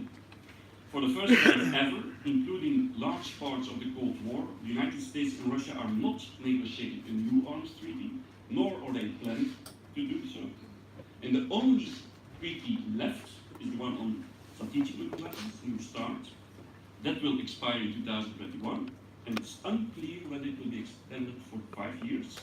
Trump is not in favor. If it's not extended, as it currently looks like, it will be the first time since very, very long that there will be no strategic arms treaty that is in the stage of being implemented. The latter means that both former superpowers will have no direct access anymore to verify each other's nuclear arms installations. And that both of them can build up their nuclear weapons arsenals, again, without any constraint. So less information means more uncertainty, which is not beneficial for the overall relationship between the United States and Russia. The CTBT, the Comprehensive Test Ban Treaty, dating back to 1996, and it was part of the 95 NPT Review and Extension Conference deal, has still not entered into force. Fissile material cut-off negotiations, also promised in the NPT framework, have not started yet. The same applies to the negotiations for a Middle East weapons of mass destruction-free zone. The last NPT, Non-Proliferation Treaty Review Conference, failed, and most experts believe that the next one will fail as well. in 2020. That would be unprecedented, exactly 50 years after its entry into force. The conference in Israel in Geneva is in complete disarray since the late 1990s. President Bush unilaterally withdrew from the ABM Treaty, missile defense, and Trump from the Iran deal and the INF Treaty. And Soviet home. North Korea acquired nuclear weapons. And coming to other weapon systems, despite the existence of the Chemical Weapons Convention, chemical weapons have been used again in Syria. The CFE Treaty on conventional weapons is dead. So this is not a rosy picture on arms control. Of course, there's also good news. The numbers of nuclear weapons are still decreasing, but the speed is much slower than before. And all nuclear armed states are planning to modernize their nuclear weapons arsenal. A landmine and a cluster munition treaty have been concluded, and there is an arms trade treaty. But overall, the picture looks bleak. But let's come to the main question. What is the effect of the collapsing the liberal world order for arms racing and arms control? I promised to elaborate on 3 points. The first point, the picture is not that in the past we had a truly successful liberal world order, including in the field of peace and security. And that today, because of the collapse of that order, we see the spurring of new arms races. The origins of the liberal world order is mostly associated with the end of the Second World War. As we all know, this world order was largely overruled by the Cold War system, right from the beginning. The Soviet Union and its allies never belonged to this liberal world order. Also because they didn't want to. Because there was no global liberal order, we immediately tumbled into the Cold War, including the immense arms race. In short, I would argue that there has never been a true global liberal world order, except maybe in the beginning of the 1990s. Maybe. After the Cold War, there was a window of opportunity to expand the liberal world order from the West to the rest. Remember, this was the time that Francis Fukuyama wrote his famous book, The End of History, a very optimistic description of the world at that time. And according to Fukuyama, the combination of democracy and capitalism, key aspects of the liberal world order, is the ideal world to live in. And humankind had reached that stage. Nothing better could be expected in the future. Fukuyama. Theoretically, he may have been right. In practice, it became immediately clear that his theory did not apply to all states and regions in the world. Although Russia embraced both capitalism and democracy under Yeltsin, its economy and the result, its political system, never escaped from being very dependent on the export of energy. The Russian economy never made it to a thriving economy. China, in contrast, did much better in the economic sphere, but there the political system lagged and still lagging behind. Since Putin is in power, also Russia fell back to being a Chinese-like autocracy. In the meantime, even the West, it has been said before, encountered serious difficulties on both accounts. We have experienced financial crisis in the period 2008-2009 that brought us on the brink of an economic crisis like in 1929. And we are experiencing the rise of nationalist and populist tendencies, including in the United States, which was the initiator and major defender of the so-called liberal world order in the past. Now, the collapsing liberal world order is partly the result of a shift in the global balance of power that's going on with the rise of China and the demise of the United States, at least relatively speaking, especially in economic terms. Given all that, it is not surprising to see that the level of cooperation amongst great powers is diminishing, and that balancing mechanisms are on the rise, including arms racing. That said, I do not believe that we should exaggerate. Overall, most of the liberal world institutions that were created, and here I'm maybe saying something different from the previous panelists, are still alive and kicking. The United Nations and the whole panoply of other international organizations, Bretton Woods monetary system, still alive. They're working, it's maybe not flashy, but imagine a world without the United Nations, the world would be different. And even in the realm of defense, reality is sometimes different than what the mainstream media makes of it. In the Western media, Putin is the new Hitler. Russia is on the verge of attacking the Baltic states. Russia is building new weapon systems that can easily circumvent our missile defense systems. Don't be fooled. Russia is a declining power, also demographically, that is extremely dependent on the export of energy. Its defense budget is 5 times less than we spend here in Europe on defense. And if you add our big NATO partner, 20 times less. Every year Russia is spending 20 times less than the West on defense. Many of the weapon systems Putin announced simply do not work. In addition, I could make the argument, as I've done in an article in Global Policy last year, that also the West can be blamed of not having integrated Russia in the Euro-Atlantic security architecture after the Cold War. NATO should have been abolished after the Cold War, just like the Warsaw Pact. Even realists maintain that alliances, collective defense organizations, are temporary organizations, by definition, against an external threat. And if the external threat is gone, alliances are disbanded. That happened after the First World War, after the Second World War, and also after the Cold War. The Warsaw Pact was disbanded. But not so for NATO, and that's bizarre. NATO did not only remain into existence, it also expanded. Contrary to what Western leaders had promised in February 1990 to Gorbachev. Not only once, twice, thrice. Expanded in the direction of Russia. And it installed missile defense systems in the Central European states, so-called against Iran. Now, once we had a deal with Iran, the missile defense systems remained in place. You do not need a lot of empathy to understand that Russian strategists felt afraid, and Russian politicians and people felt not respected and excluded. One could even make the argument, as Stephen Walt from Harvard and John Mersheimer from Chicago, and myself from the famous Antwerp University, do, that the West is also responsible for the current crisis with Russia. What about China? China's arms build-up cannot be denied, but here again, it should not be exaggerated. Of course, it is investing some of the huge amount of dollars in defense, but that's limited overall. China's assertiveness in foreign policy has also been limited, although we see more and more indications recently that may be changing, which is not abnormal from a realist perspective. But is it normal that US submarines are still active on the shores of China? How would the United States react if the Chinese would start doing that? As all realists know, there exists something like spheres of influence. As long as we do not create a true liberal world order, things like spheres of influence and arms racing will remain.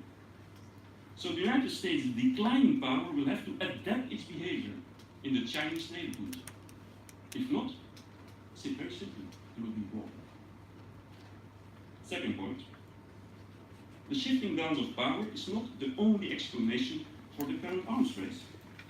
There are also domestic drivers, regardless of the evolution of the external environment. It's crystal clear that defense firms depend for a substantial part for their survival on governmental orders.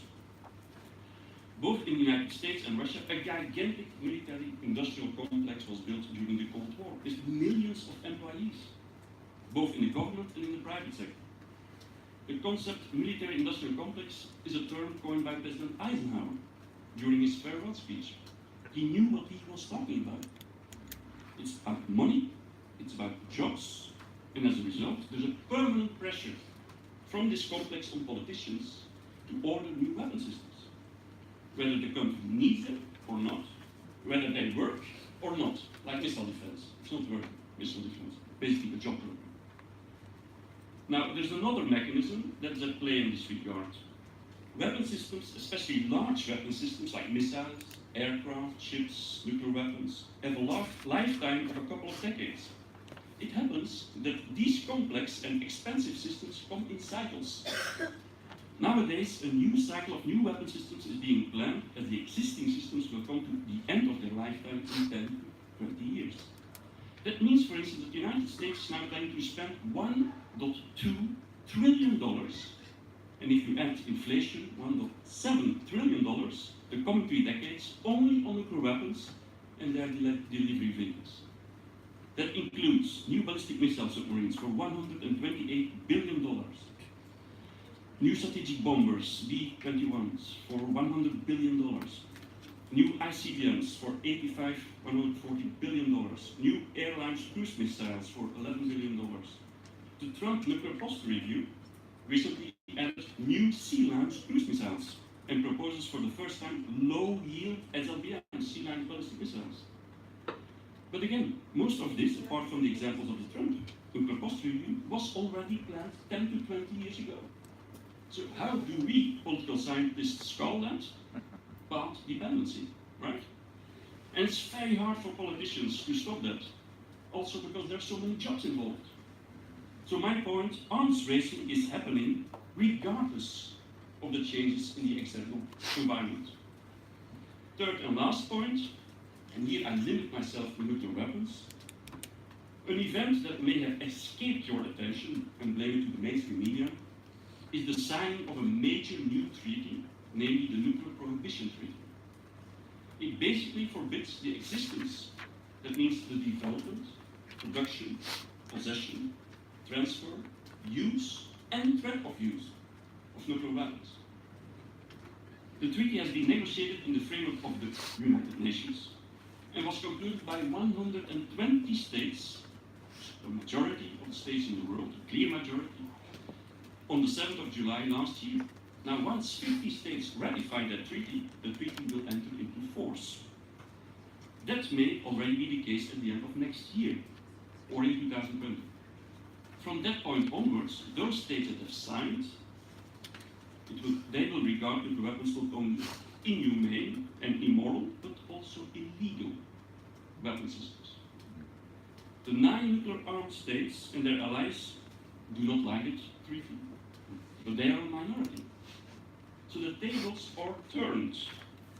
This is an example of the rise of the rest.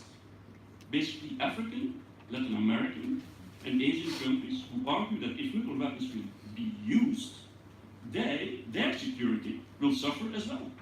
And they're right. So the Prohibition Treaty is fully in line with the NPT, the Non-Proliferation Treaty, which up to now was the cornerstone of the nuclear non-proliferation and disarmament regime, but which is in deep troubles. In deep troubles, not because of the Prohibition Treaty, as the nuclear armed states claim, but because of the lack of nuclear disarmament.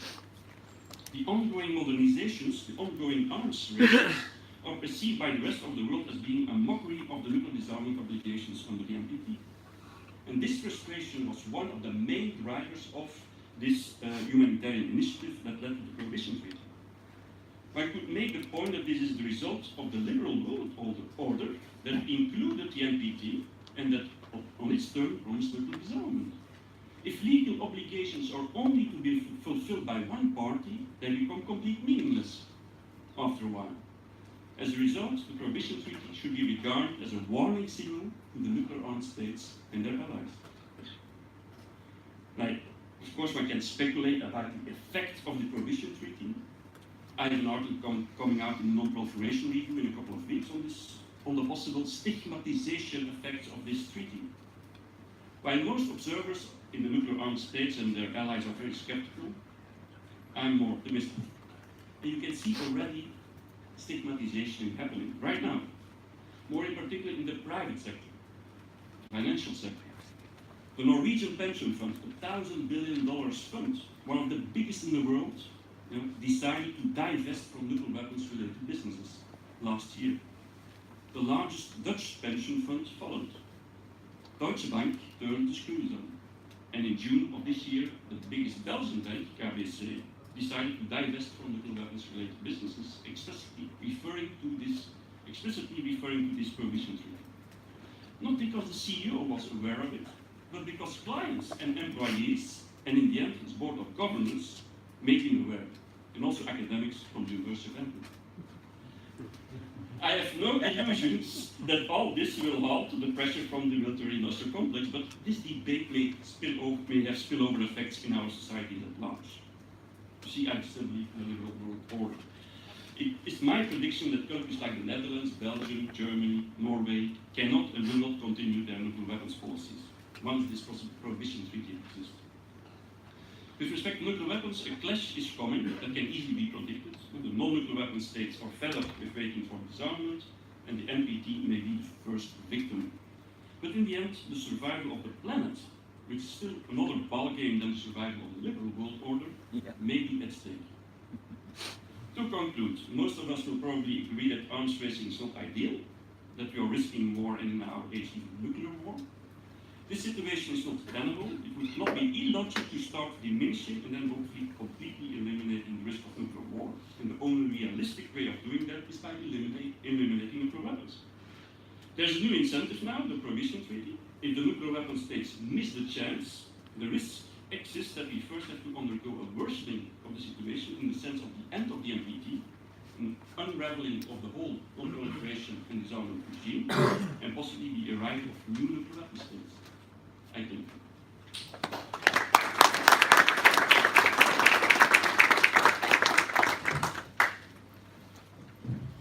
Thank you, Tom. Now we have some time for Q&A. Do we have some questions? Okay, we have first question there. Yeah. Sure. You have Nico?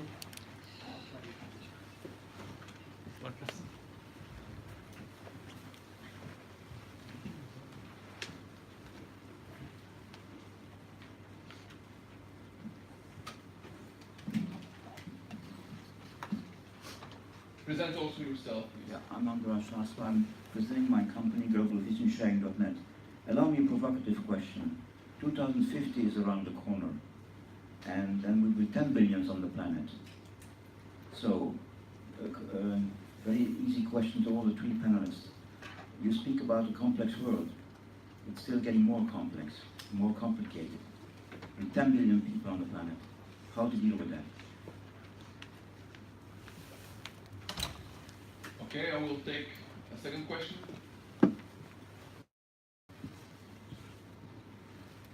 Christy, International Staff. I just have a comment rather than a question to Professor Sauer, because Professor Sauer, you said that Russian defense spending is 20 times lower than Western defense spending. That is significantly incorrect.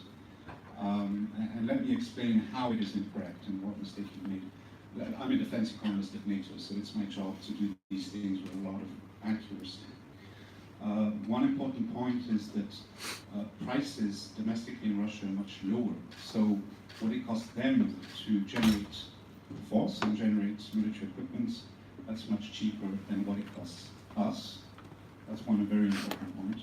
Another important point also, of course, is what forces are deployable to where and from where. And James Shea made the point earlier this morning that the US military presence in Europe today is relatively small, and of course the US has global interests. So I don't think the comparison that you made, especially not with nominal figures without correcting for these economic issues, is possible. And so I would recommend that you do not do it. Thank you. Have you third question? Yeah.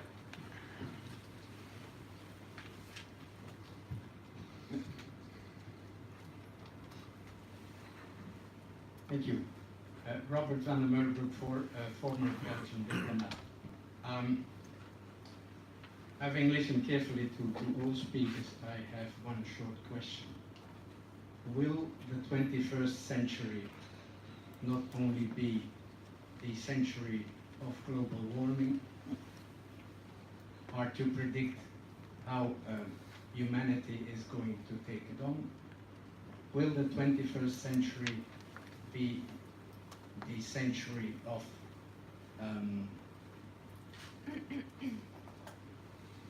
immigration? That's also a battle that seems hard to be won. And will the 21st century be the century of illiberalism, which have is now promoted in Europe by several countries and in the US by the actual presidency. Thank you. Thank you. We will so take the three questions. Maybe Tom, you would like first to answer the remark, and then we'll come back on the other issues. Do you understand? Yes. But on the numbers, I mean, it's clear that what I wanted to say is that we've got the picture, if you look to the mainstream media, that Russia is a big enemy. Putin is the new Hitler, on the verge of attacking another country, and they did so in Crimea. Now we're talking about the Baltic states. So my point is we are exaggerating the threat, also for reasons for ourselves. NATO needs, of course, a new enemy. It's a gift from NATO, the Russian crisis. And we can debate it forever, but the numbers are as they are. Russia is spending $50 to $60 billion per year on defense. We in Europe, we spend 250. And the United States, we end up with more than $1,000 billion. Okay, divided by 2, then we are still spending 10 times more. I think my point is clear. Russia is not on the verge of, and does not have the capabilities to attack Western Europe and occupy Western Europe. And my major point was that we forgot to include Russia in the Euro-Atlantic security architecture after the Cold War. If we would have done that, we would not have a crisis now with Russia. After let's go further back. In 1815, Napoleon, he lost the war here in Belgium, Waterloo. And we included the loser of that war in the European security architecture, and we had stability for decades. After the First World War, we didn't learn our lesson. Germany was pushed into a corner, and it was perceived as das Diktat. And that led to the Weimar Republic, Hitler, and the Second World War. What did we do after the Second World War? Germany and Japan, the losers, were included in the international community. And Germany and Japan are nowadays one of the most stable, democratic, and industrialized countries in the world, because we integrated them in the international community. Germany inside the EU and NATO. But then the question is, how did we do it after the Cold War? What did we do with the loser? What did we do with Russia? We didn't include Russia in the Euro-Atlantic security architecture, because the United States didn't want it. And then it's easy to predict, and there are many people in the 1990s, foreign policy giants like George Kennan and others, who predicted a crisis with Russia if we would let NATO exist and expand it in the direction of Russia. And that's exactly what we got.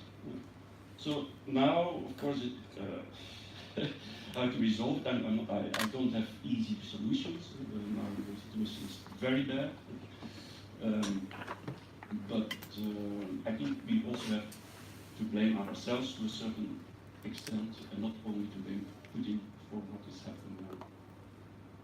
Thank you. So we have questions about demography, immigration, and liberalism. Right.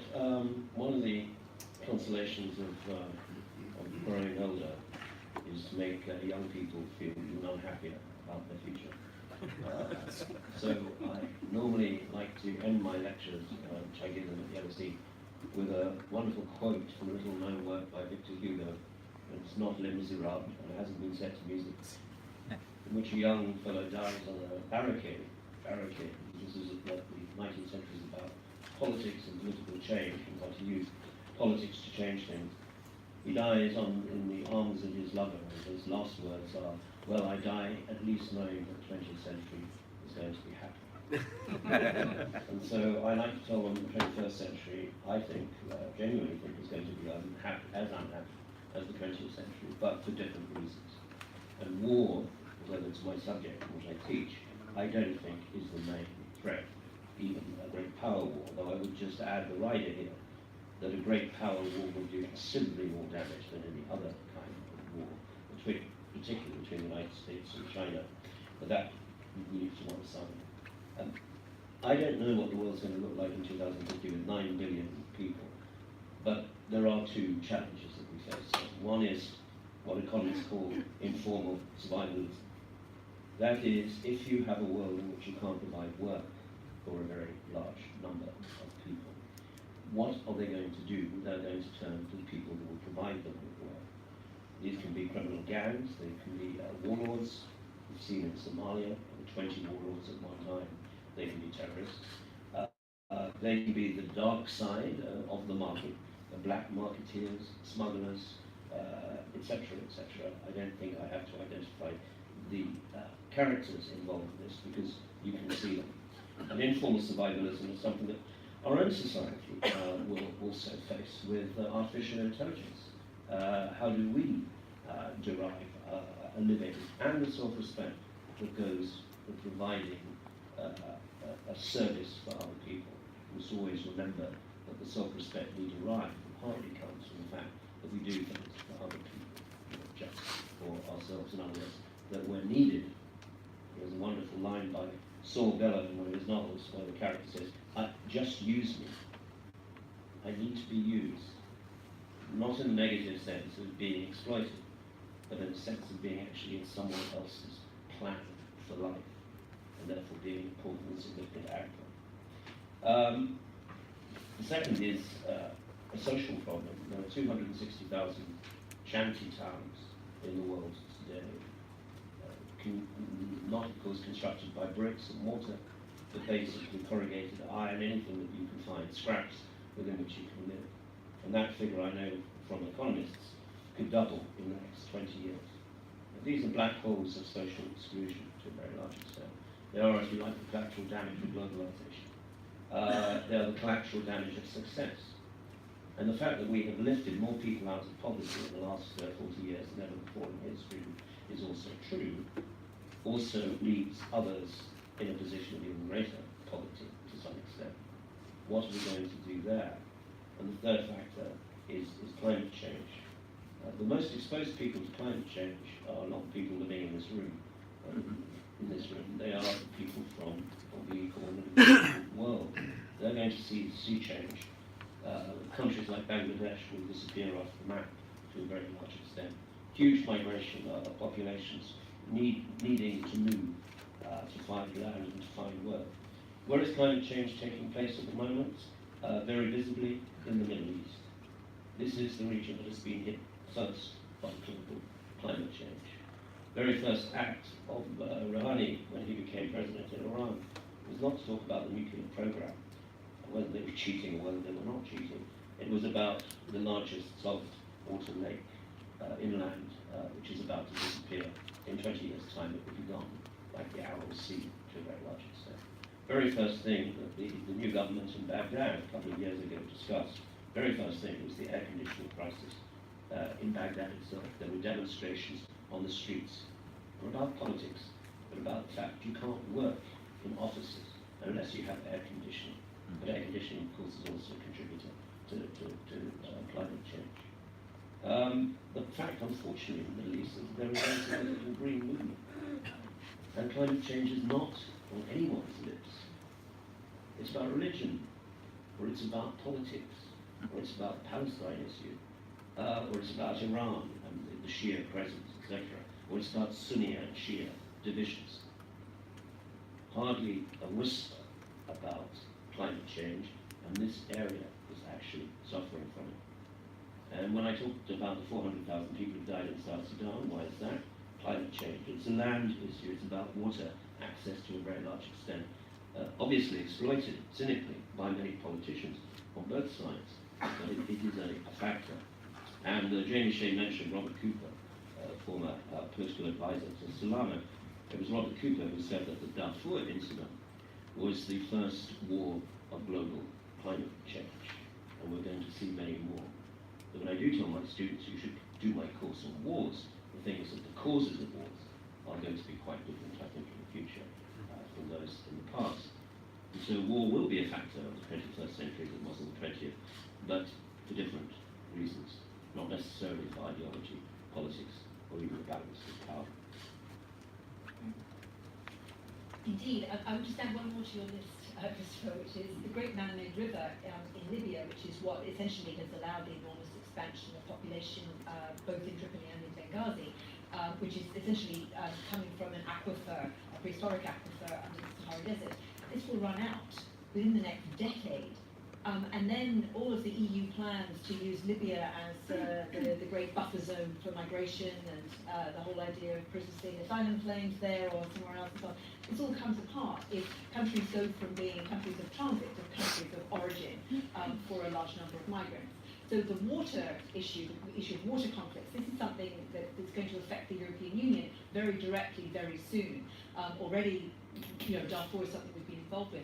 So I think the big question really for this conference about all of this is, how far will any of this be dealt with through an international rules-based system? Is this just going to be a series of patchwork agreements between different countries or even between different regions? And how much will this be put into an overall international architecture? So this issue of governance rather than government is, I think, absolutely critical to this. Is it possible to have something more than intergovernmental agreements, which are themselves extremely fragile? Intergovernmental agreements depend on who gets elected, who stays in power. They don't guarantee long-term stability. So how do you put in something that is binding in some way if there isn't really an international legal order, or if that's being eroded? I think that's the really, really fundamental question, particularly as the pressures are simply going to increase. I mean, population growth, it just means massively increased pressure on competition for resources. Essentially, it means we've got to have some kind of systemic change. Already that's evident because of global warming. Migration is a fact of life. I don't see migration, frankly. There's a lot of talk about migration, it's all going to get much worse. The vast majority of migrants already never leave their own region. They are either internally displaced people, staying within their own country, or they're within their own region. Very, very few of them reach the United States, Canada, or the European Union. It's really just a small number by comparison with those who move within their own regions. And we need to start seeing that global perspective to understand what causes people to move, and the fact that they will move regardless of how high a fence you build. And so unless we really wish to return to a kind of fortress Europe of a kind that completely undermines human rights, we're going to have to deal with migration as a fact of life. Now that means that the European Union needs to think very carefully about what legal routes look like. It also means that in terms of the nature of work changing, which it will do, the nature of work is definitely already changing, how can Europeans build a system that can cope with a fluctuating workforce, which can provide employment to Europeans themselves, but also which can kind of see the overall context of this. And this is something we haven't even thought about. We still have very clear categories of people. This one is a legal worker, this is an illegal worker, etc. Whereas in fact what you simply are going to have is a lot more human beings moving around. So what kind of an economic system can deal with that? These are the kind of questions that are not being discussed in any of the policy debates because we're still talking about fences across the Mediterranean. Thank you. Maybe on illiberalism. I think I spoke about Fukuyama, democracy, capitalism, very institutional matters. I think he forgot one key issue, and that is respect, inclusion. I can apply that to Russia. Russia didn't feel included after the Cold War.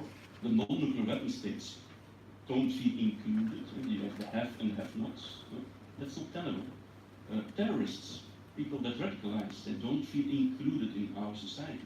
And I've written a book about these three topics, but maybe I should write another one about the big masses in our society, and especially the lower middle class, that do not feel included in one way or another. And it's not only about socioeconomic issues, but it's also about literacy, digital literacy, and they don't work with computers.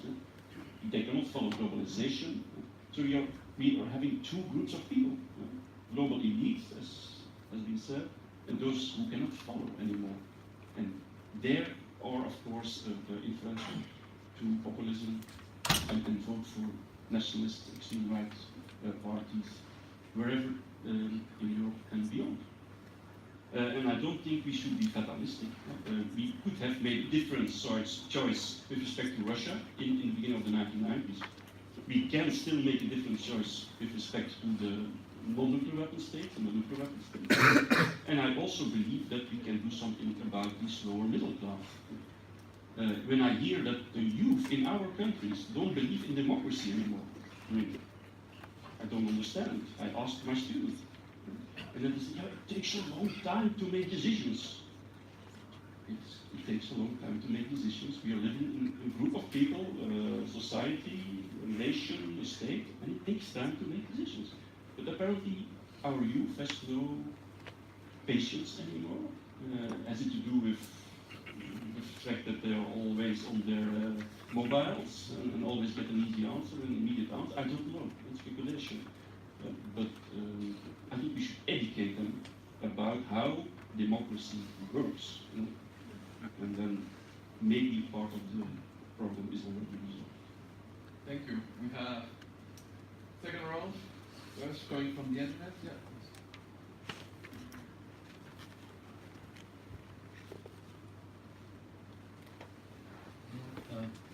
I'm on from Beyond Horizon. We're currently broadcasting the event channel, and we have two questions that came in. One is for Professor Coker. It says, you said global financial crisis is at the door.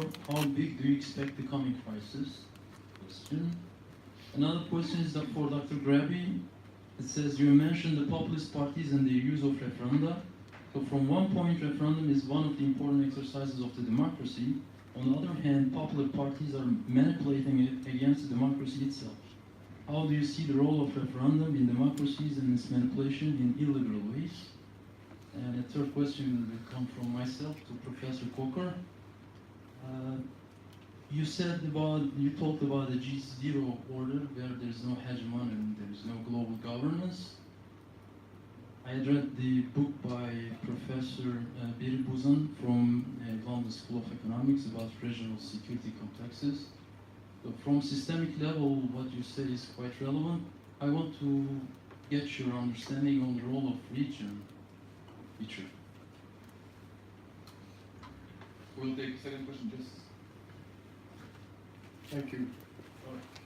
My name is Naruto Taniguchi from Japanese. Yeah, go ahead. From Japanese media Sekai.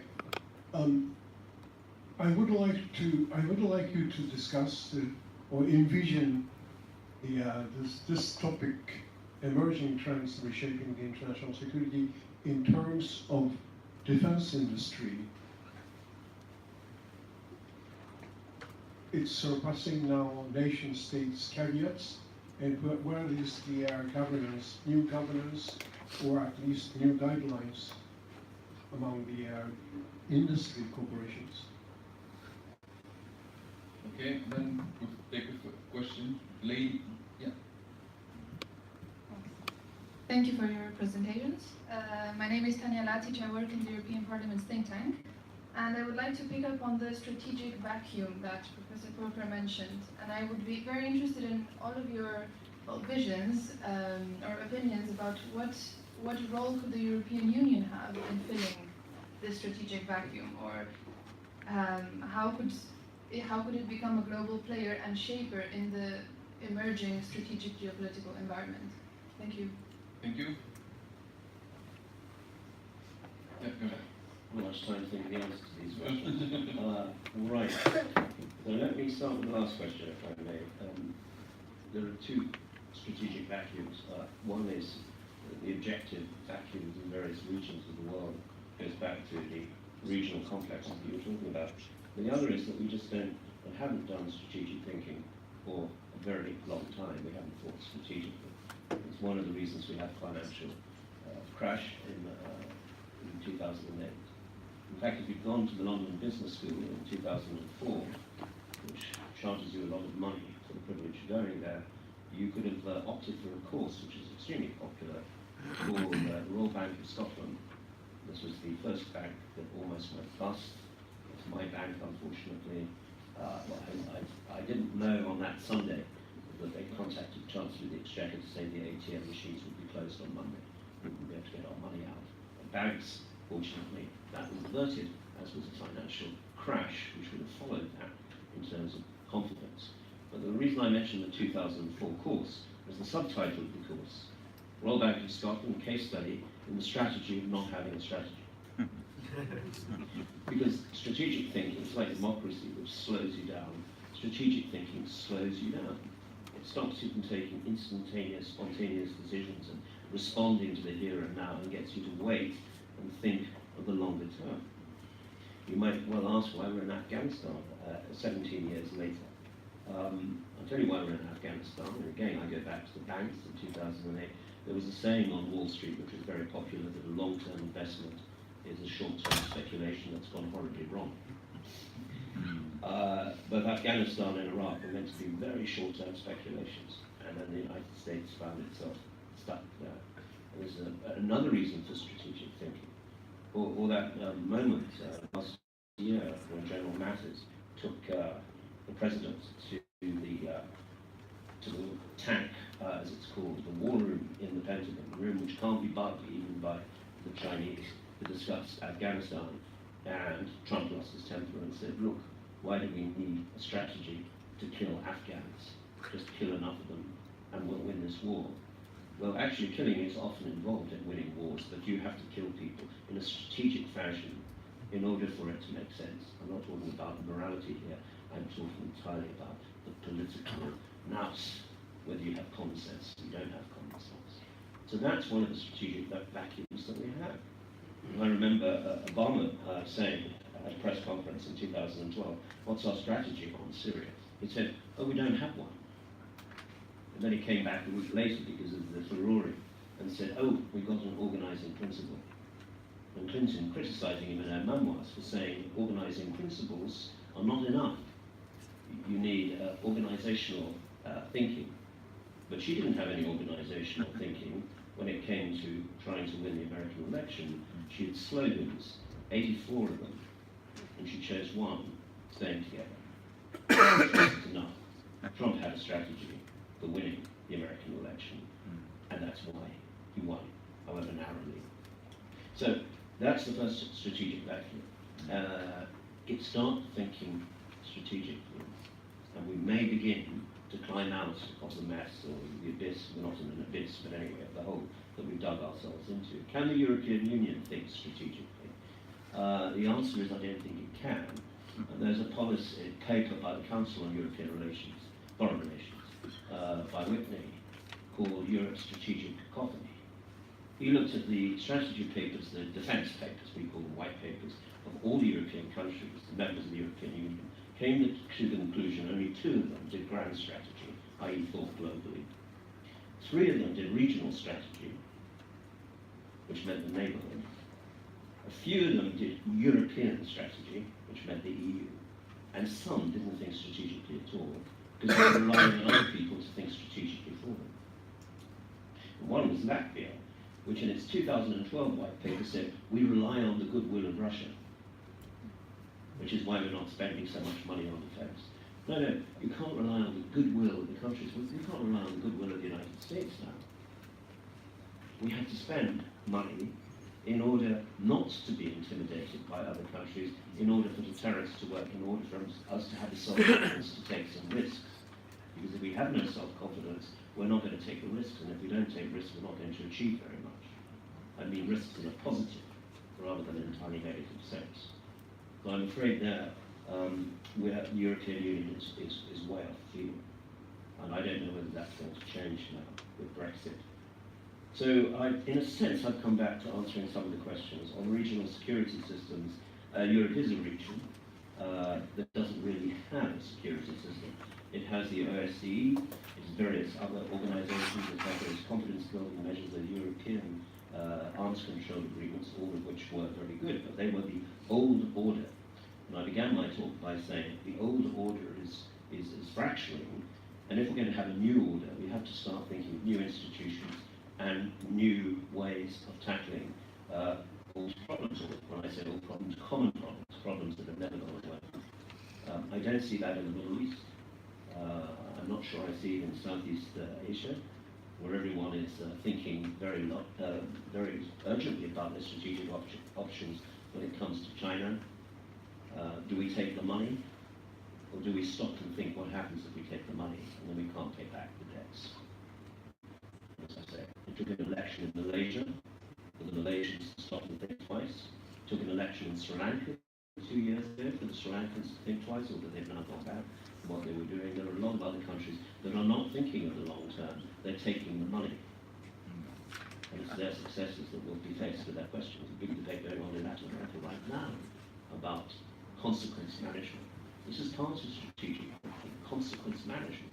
What are going to be the mid to long-term consequences of what I'm doing? We haven't been thinking in that direction. So I've been talking far too much, so I'm going to hand the defence industry question over to someone else, if I may give him some time. I'm off the hook on the defence industry. And so that I think that one of the most interesting, I used to work for a think tank called the Centre for European Reform, where we did a lot of work on the defence industry. And I think one of the most critical things is actually this issue of disinvestment. Because if pension funds and others start getting out of that business, that's when the whole business model starts to collapse. Because then it's also harder for governments to keep making the justification on the basis of jobs. Also, if the nature of work is changing too, then why is building nuclear weapons necessarily what the state should be investing in terms of the future workforce? So the divestment issue and the question of voters voting with their feet through their pension funds is really vital. But I just was asked the question about referendums as being an important part of democracy, they can be manipulated, etc. I don't think they are necessarily an important part of democracy. There are various democracies which have actually banned them. For example, Germany, the Grundgesetz, the German constitution, does not permit referendums because of the very bad experience in the 1930s of them being manipulated. Direct democracy is a very interesting area that needs more exploration, and there has been some very interesting recent work done on how to make it work effectively. But we have to remember that even if representative democracy is slow, it does take time. It has three really vital features that are missing in direct democracy, particularly referendums, which are really, really important. The first is referendums don't really provide enough information. It's very hard to get enough information to voters in a referendum, as indeed the Brexit referendum shows you. And the kind of expertise that is needed, you actually have to have people who are in fact professional politicians in order to make the kinds of judgments on behalf of voters for their interests across a range of very complex policy issues. Secondly, direct democracy lacks something that representative democracy has in terms of deliberation.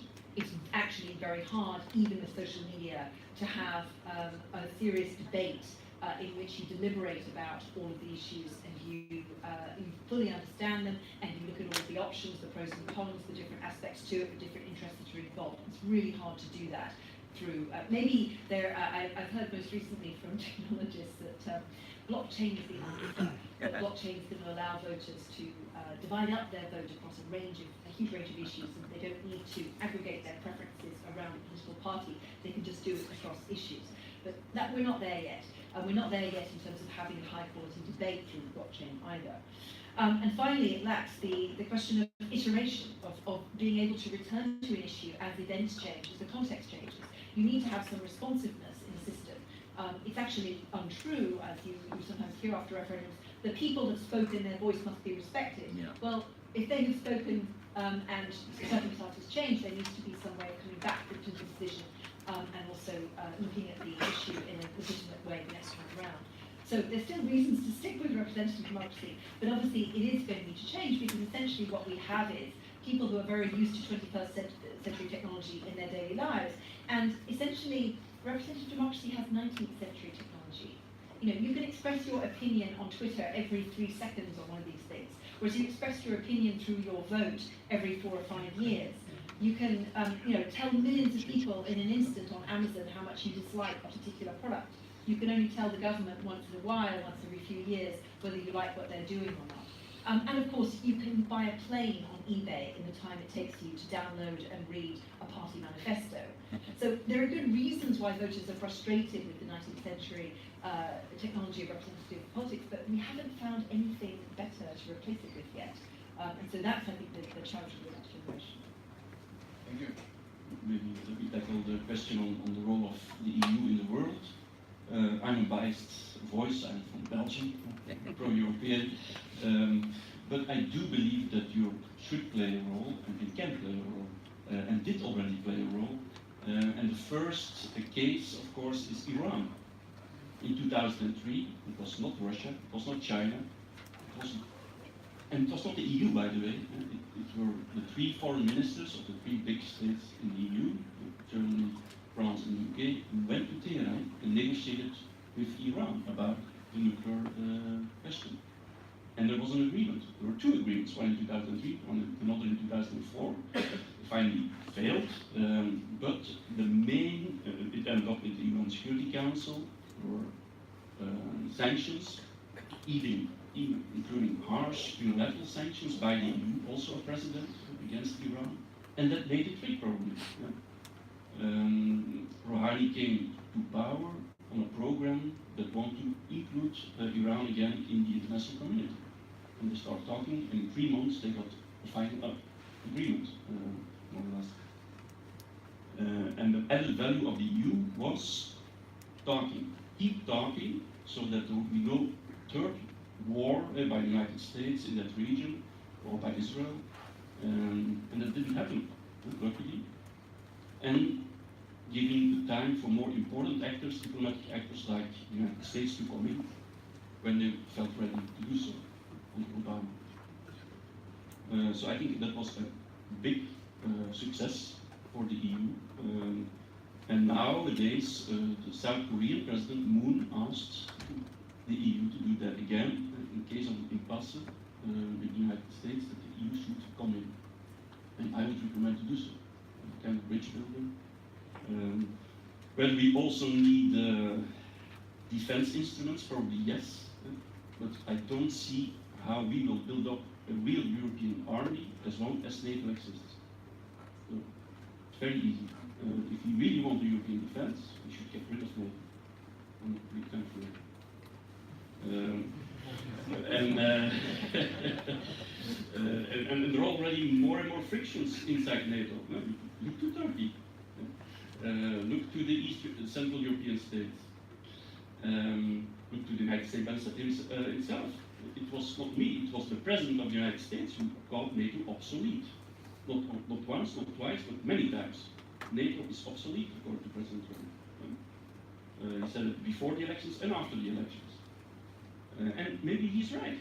I mean, not only Trump is saying that, but also the people voting for Trump do not understand anymore why the United States is paying for our security. I mean, we are rich. Look, we're very rich. We can pay for our security. We spend $250 billion every year on defense, so we don't need the United States for defense. And the United States is declining power. Go to the United States. Go to Baltimore. I've been there for a conference. It's poverty on the streets. The public schools in Chicago, they need money, but they're spending money for us. So I understand the voters for Trump, and I fully understand that the next president will say the same as Trump. Just as Obama already said it before, and Bush, that we should spend more, that the Americans won't keep up for that. Thank you. We have third round of questions. So first, Giga Turk from University of Ljubljana in Slovenia. Professor Cocker mentioned civilization states, and then you said, and we were speaking about the American and the Chinese system of the future. So I have basically two questions. One goes also to what Professor Sauer was saying. Could a narrative for the European Union be that it is a civilization state? And who do we want to have in the Western and the American system? Do we want Russia part of that system? Do we want Turkey part of that system? Do we want Brazil part of that system? What is our goal there?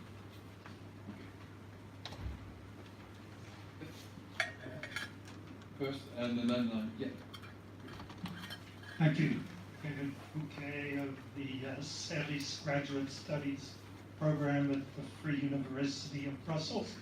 I found the whole discussion very stimulating, And at the risk, I have so many questions, so many comments, but at the risk of oversimplifying and having a simplistic, provocative question that may illustrate what I'm trying to say. One of the great strategic issues of the last 15 years more was the war on terror. Did we win that? Are we winning? It's not over, maybe. It's more complicated than that. But to my way of thinking, it is a possibly optimistic example or contrast to the gloomy picture that we have to deal with of the other issues. I just wonder what your reaction and answer to that. And then we have two questions. Murat from University Catholic Lebanon and Beyond Horizon. I have a question for Professor Paul.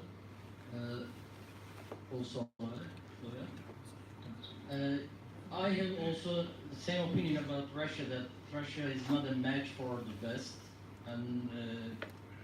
But I believe that decision makers that in the West, NATO or Western countries also are aware of this fact, this basic fact.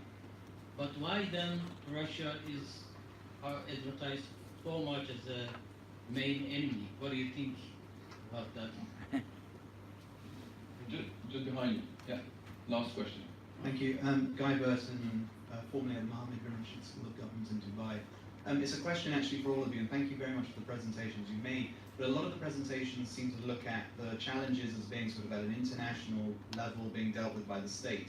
And I wondered if I could sort of ask you to think about or express how would civil society and civil society at a global level deal with some of these challenges, whether it's human rights issues, it's prohibition of nuclear weapons or environmental challenges. I mean, what scope is there for civil society, especially in a context in which we look at other regions of the world, the opportunities for civil society is diminishing? Thank you. I will let you start. So I'll take the last one first. I think this is a really interesting question because one of the big things that's evident from the 21st century is the way that the nature of power is changing, and particularly how power is organized.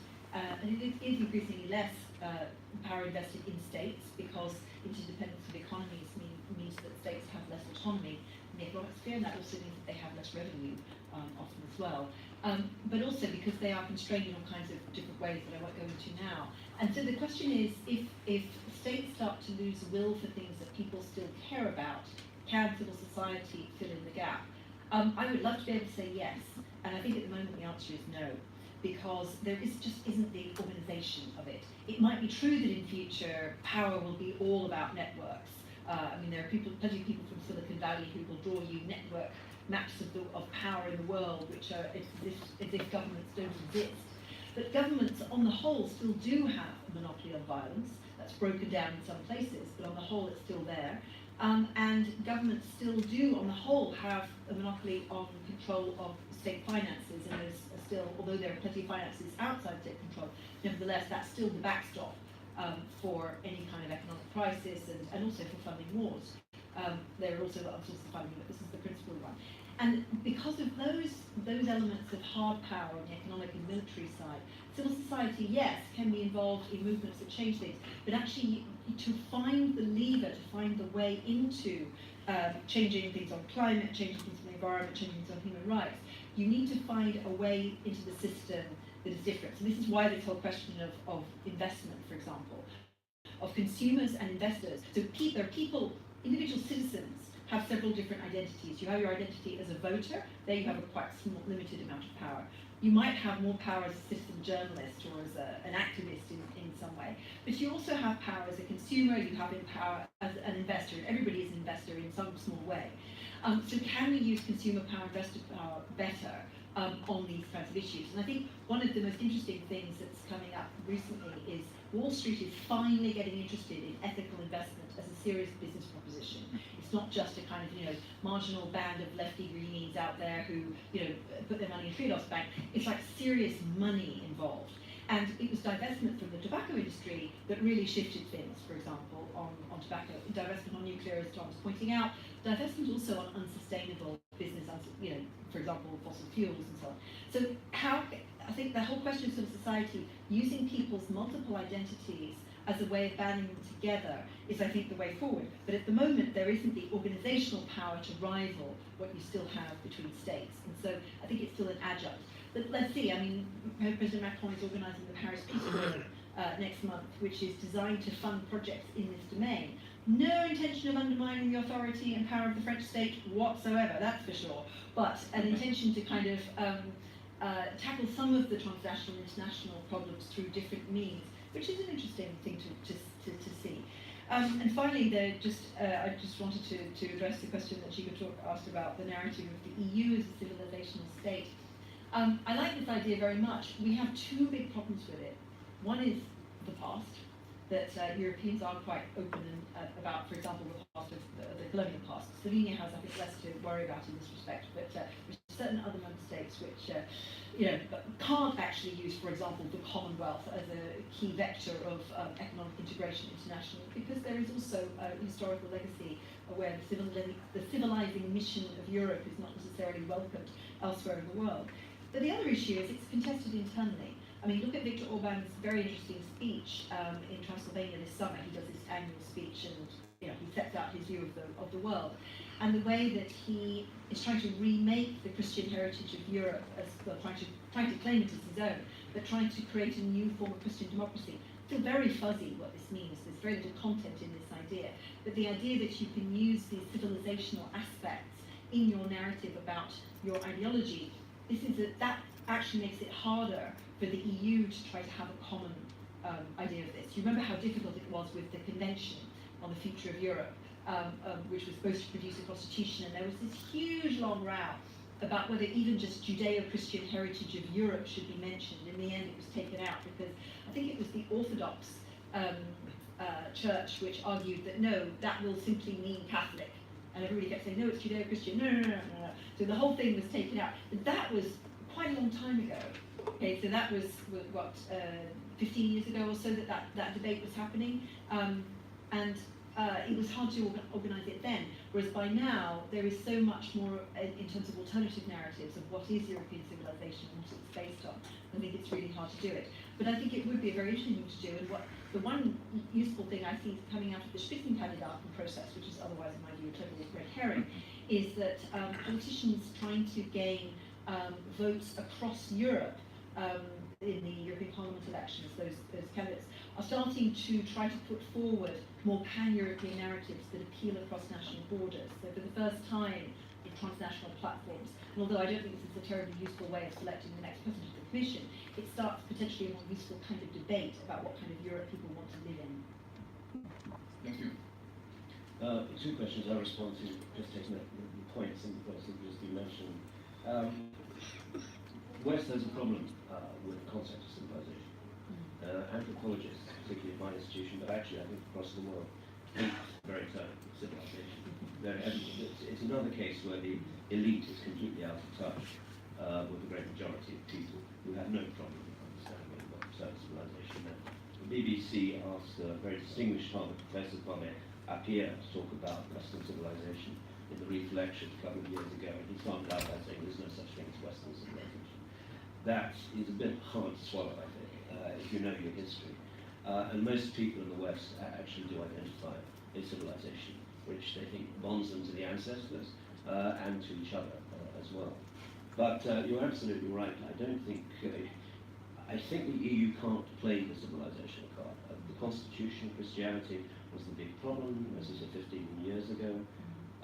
The East Europeans don't buy into it. I think the Jobbik Party actually says, we're not Europeans. We're Magyars, we're Asian people.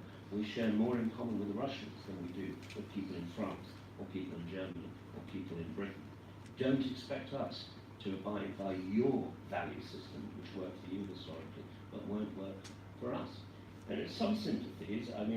look, they never had the experience of mass migration. They never had the German economic miracle in the 60s, which was the Turkish gas factor. They never had the Commonwealth in the late 1950s, people coming to Britain to take up jobs. People didn't go to communist countries, they left communist countries. They'd never had that historical experience. Secondly, they thought that they were joining a Judeo-Christian club. The man who said that was Václav Havel, who's everyone's favourite Czech president, who had no problem talking about the fact that the European Union was a Judeo-Christian club. Now that's complicated in itself, because the very term is complicated. What do you actually mean by that? So I think it's a non-starter. And there's a third reason, since you mentioned young people. My young people are not interested in civilization values, they're interested in identity politics. So they talk what makes them sexually different, racially different, perhaps even culturally different. It's the identity politics which they are clinging on to, which of course cuts across any larger identities that you happen to share with, for example, national identity, civilizational identity, or religious identity, which bonds you with people across the world, inside your own community and outside your own community. So I think it's not going to happen.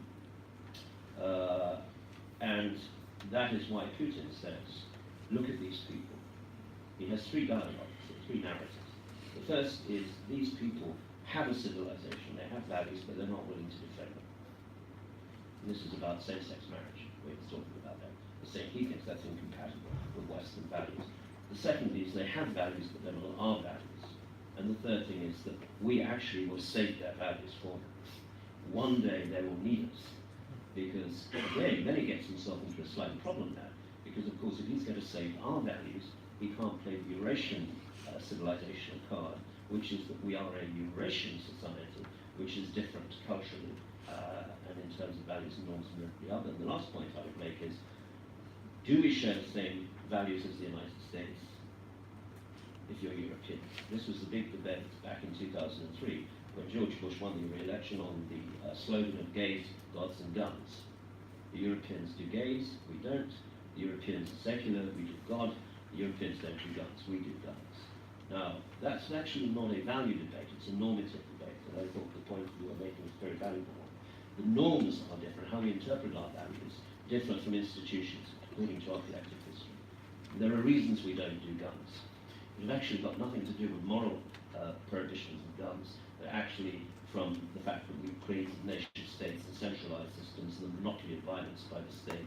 And the last private army in Britain, the Scottish Highlanders, were closed down after 1745, so we haven't done guns since 1745, and everyone accepts that the state has the right to the monopoly of violence here, not of violence perhaps, but anyway, the monopoly of force in this respect. So I think we have problems within the West about whether Americans and Europeans actually see themselves as being the same members of a civilization community and what that means. Though Trump did, of course, in Warsaw in 2017 say, are you prepared to defend your values? That he was associating himself with Europe. But I'm afraid there are too many fault lines, cultural fault lines, running across the project ever to make it a successful, to have a successful initiative out of that. So, on the war on terror, I see where you're coming from, but I think the war on terror has been a great disaster in many respects. We won't do the old thing about can you have a war against terrorism. The thing was that it took the United States' eye off the ball. There were much more important things that were happening in the world, like the rise of China, and the fact that Russia wasn't going to remain on the margins for very much longer. And of course you can, I wouldn't entirely agree with what you're saying about Russia, but again, I do understand that because we didn't take Russia into consideration, and we thought, because Putin was on side in the war on terror from day one, that was Russia dealt with. If you looked at the Bush administration that came into power in April 9, 2001, there was a National Security Council report, the very first one, on Russia, that said that Russia is of no importance for the next 15 years because it can't hack globalization. You either can do globalization or you can't. Rather like George Keller's paper in 1940 saying China is of no importance. We lose China, who cares? It's going to remain an agricultural society for the rest of history. Russia's the important country, not China. That's consequence management again. You're not doing the consequences, you're not thinking strategically, you're thinking short term, always about the immediate.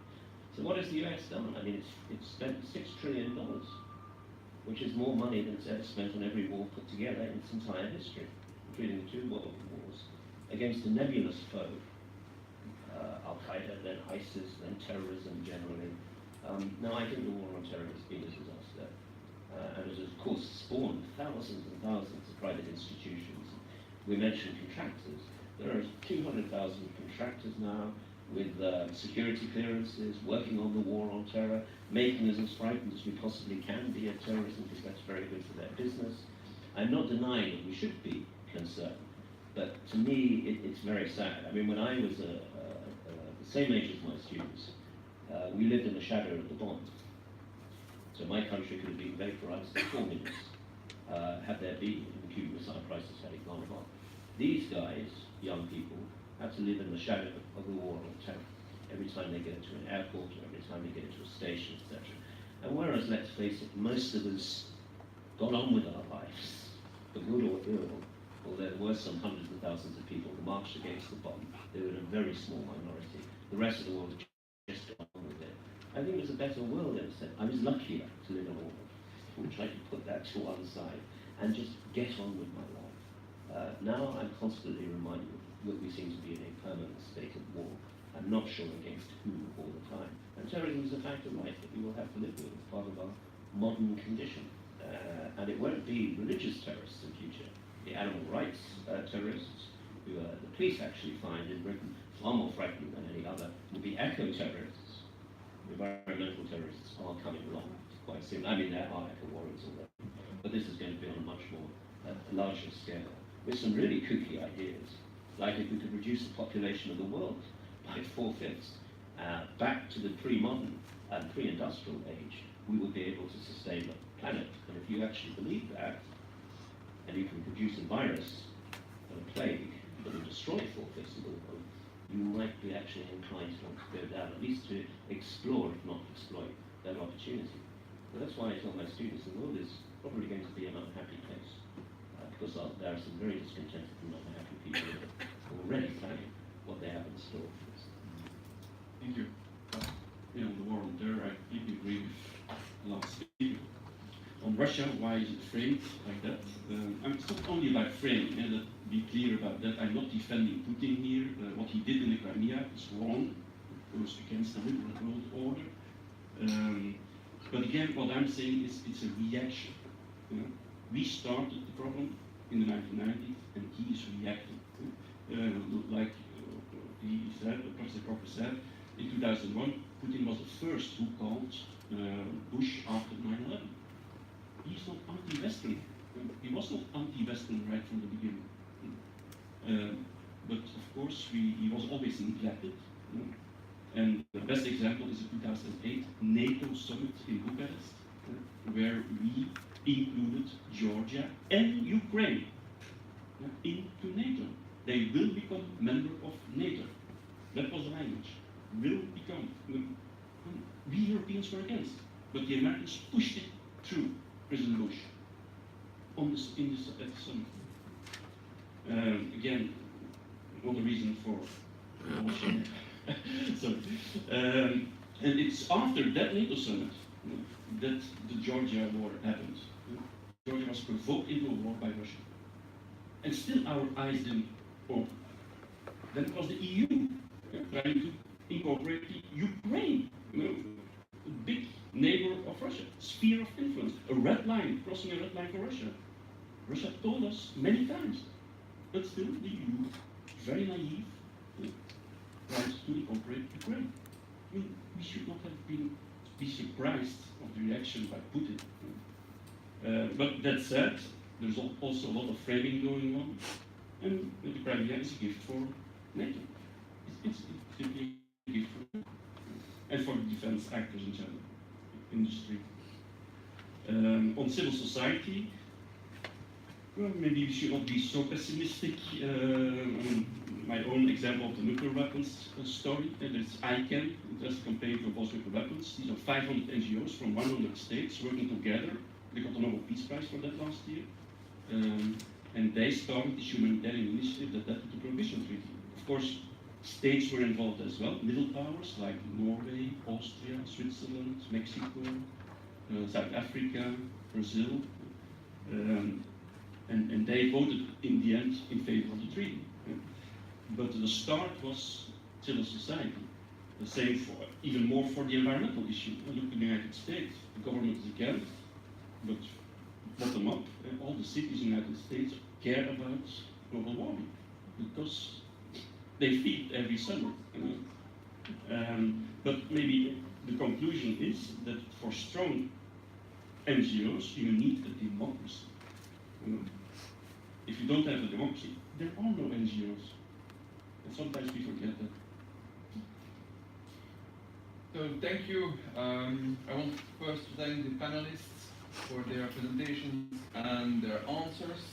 Now we have a walking lunch. We will come back at 1:30. Thank you.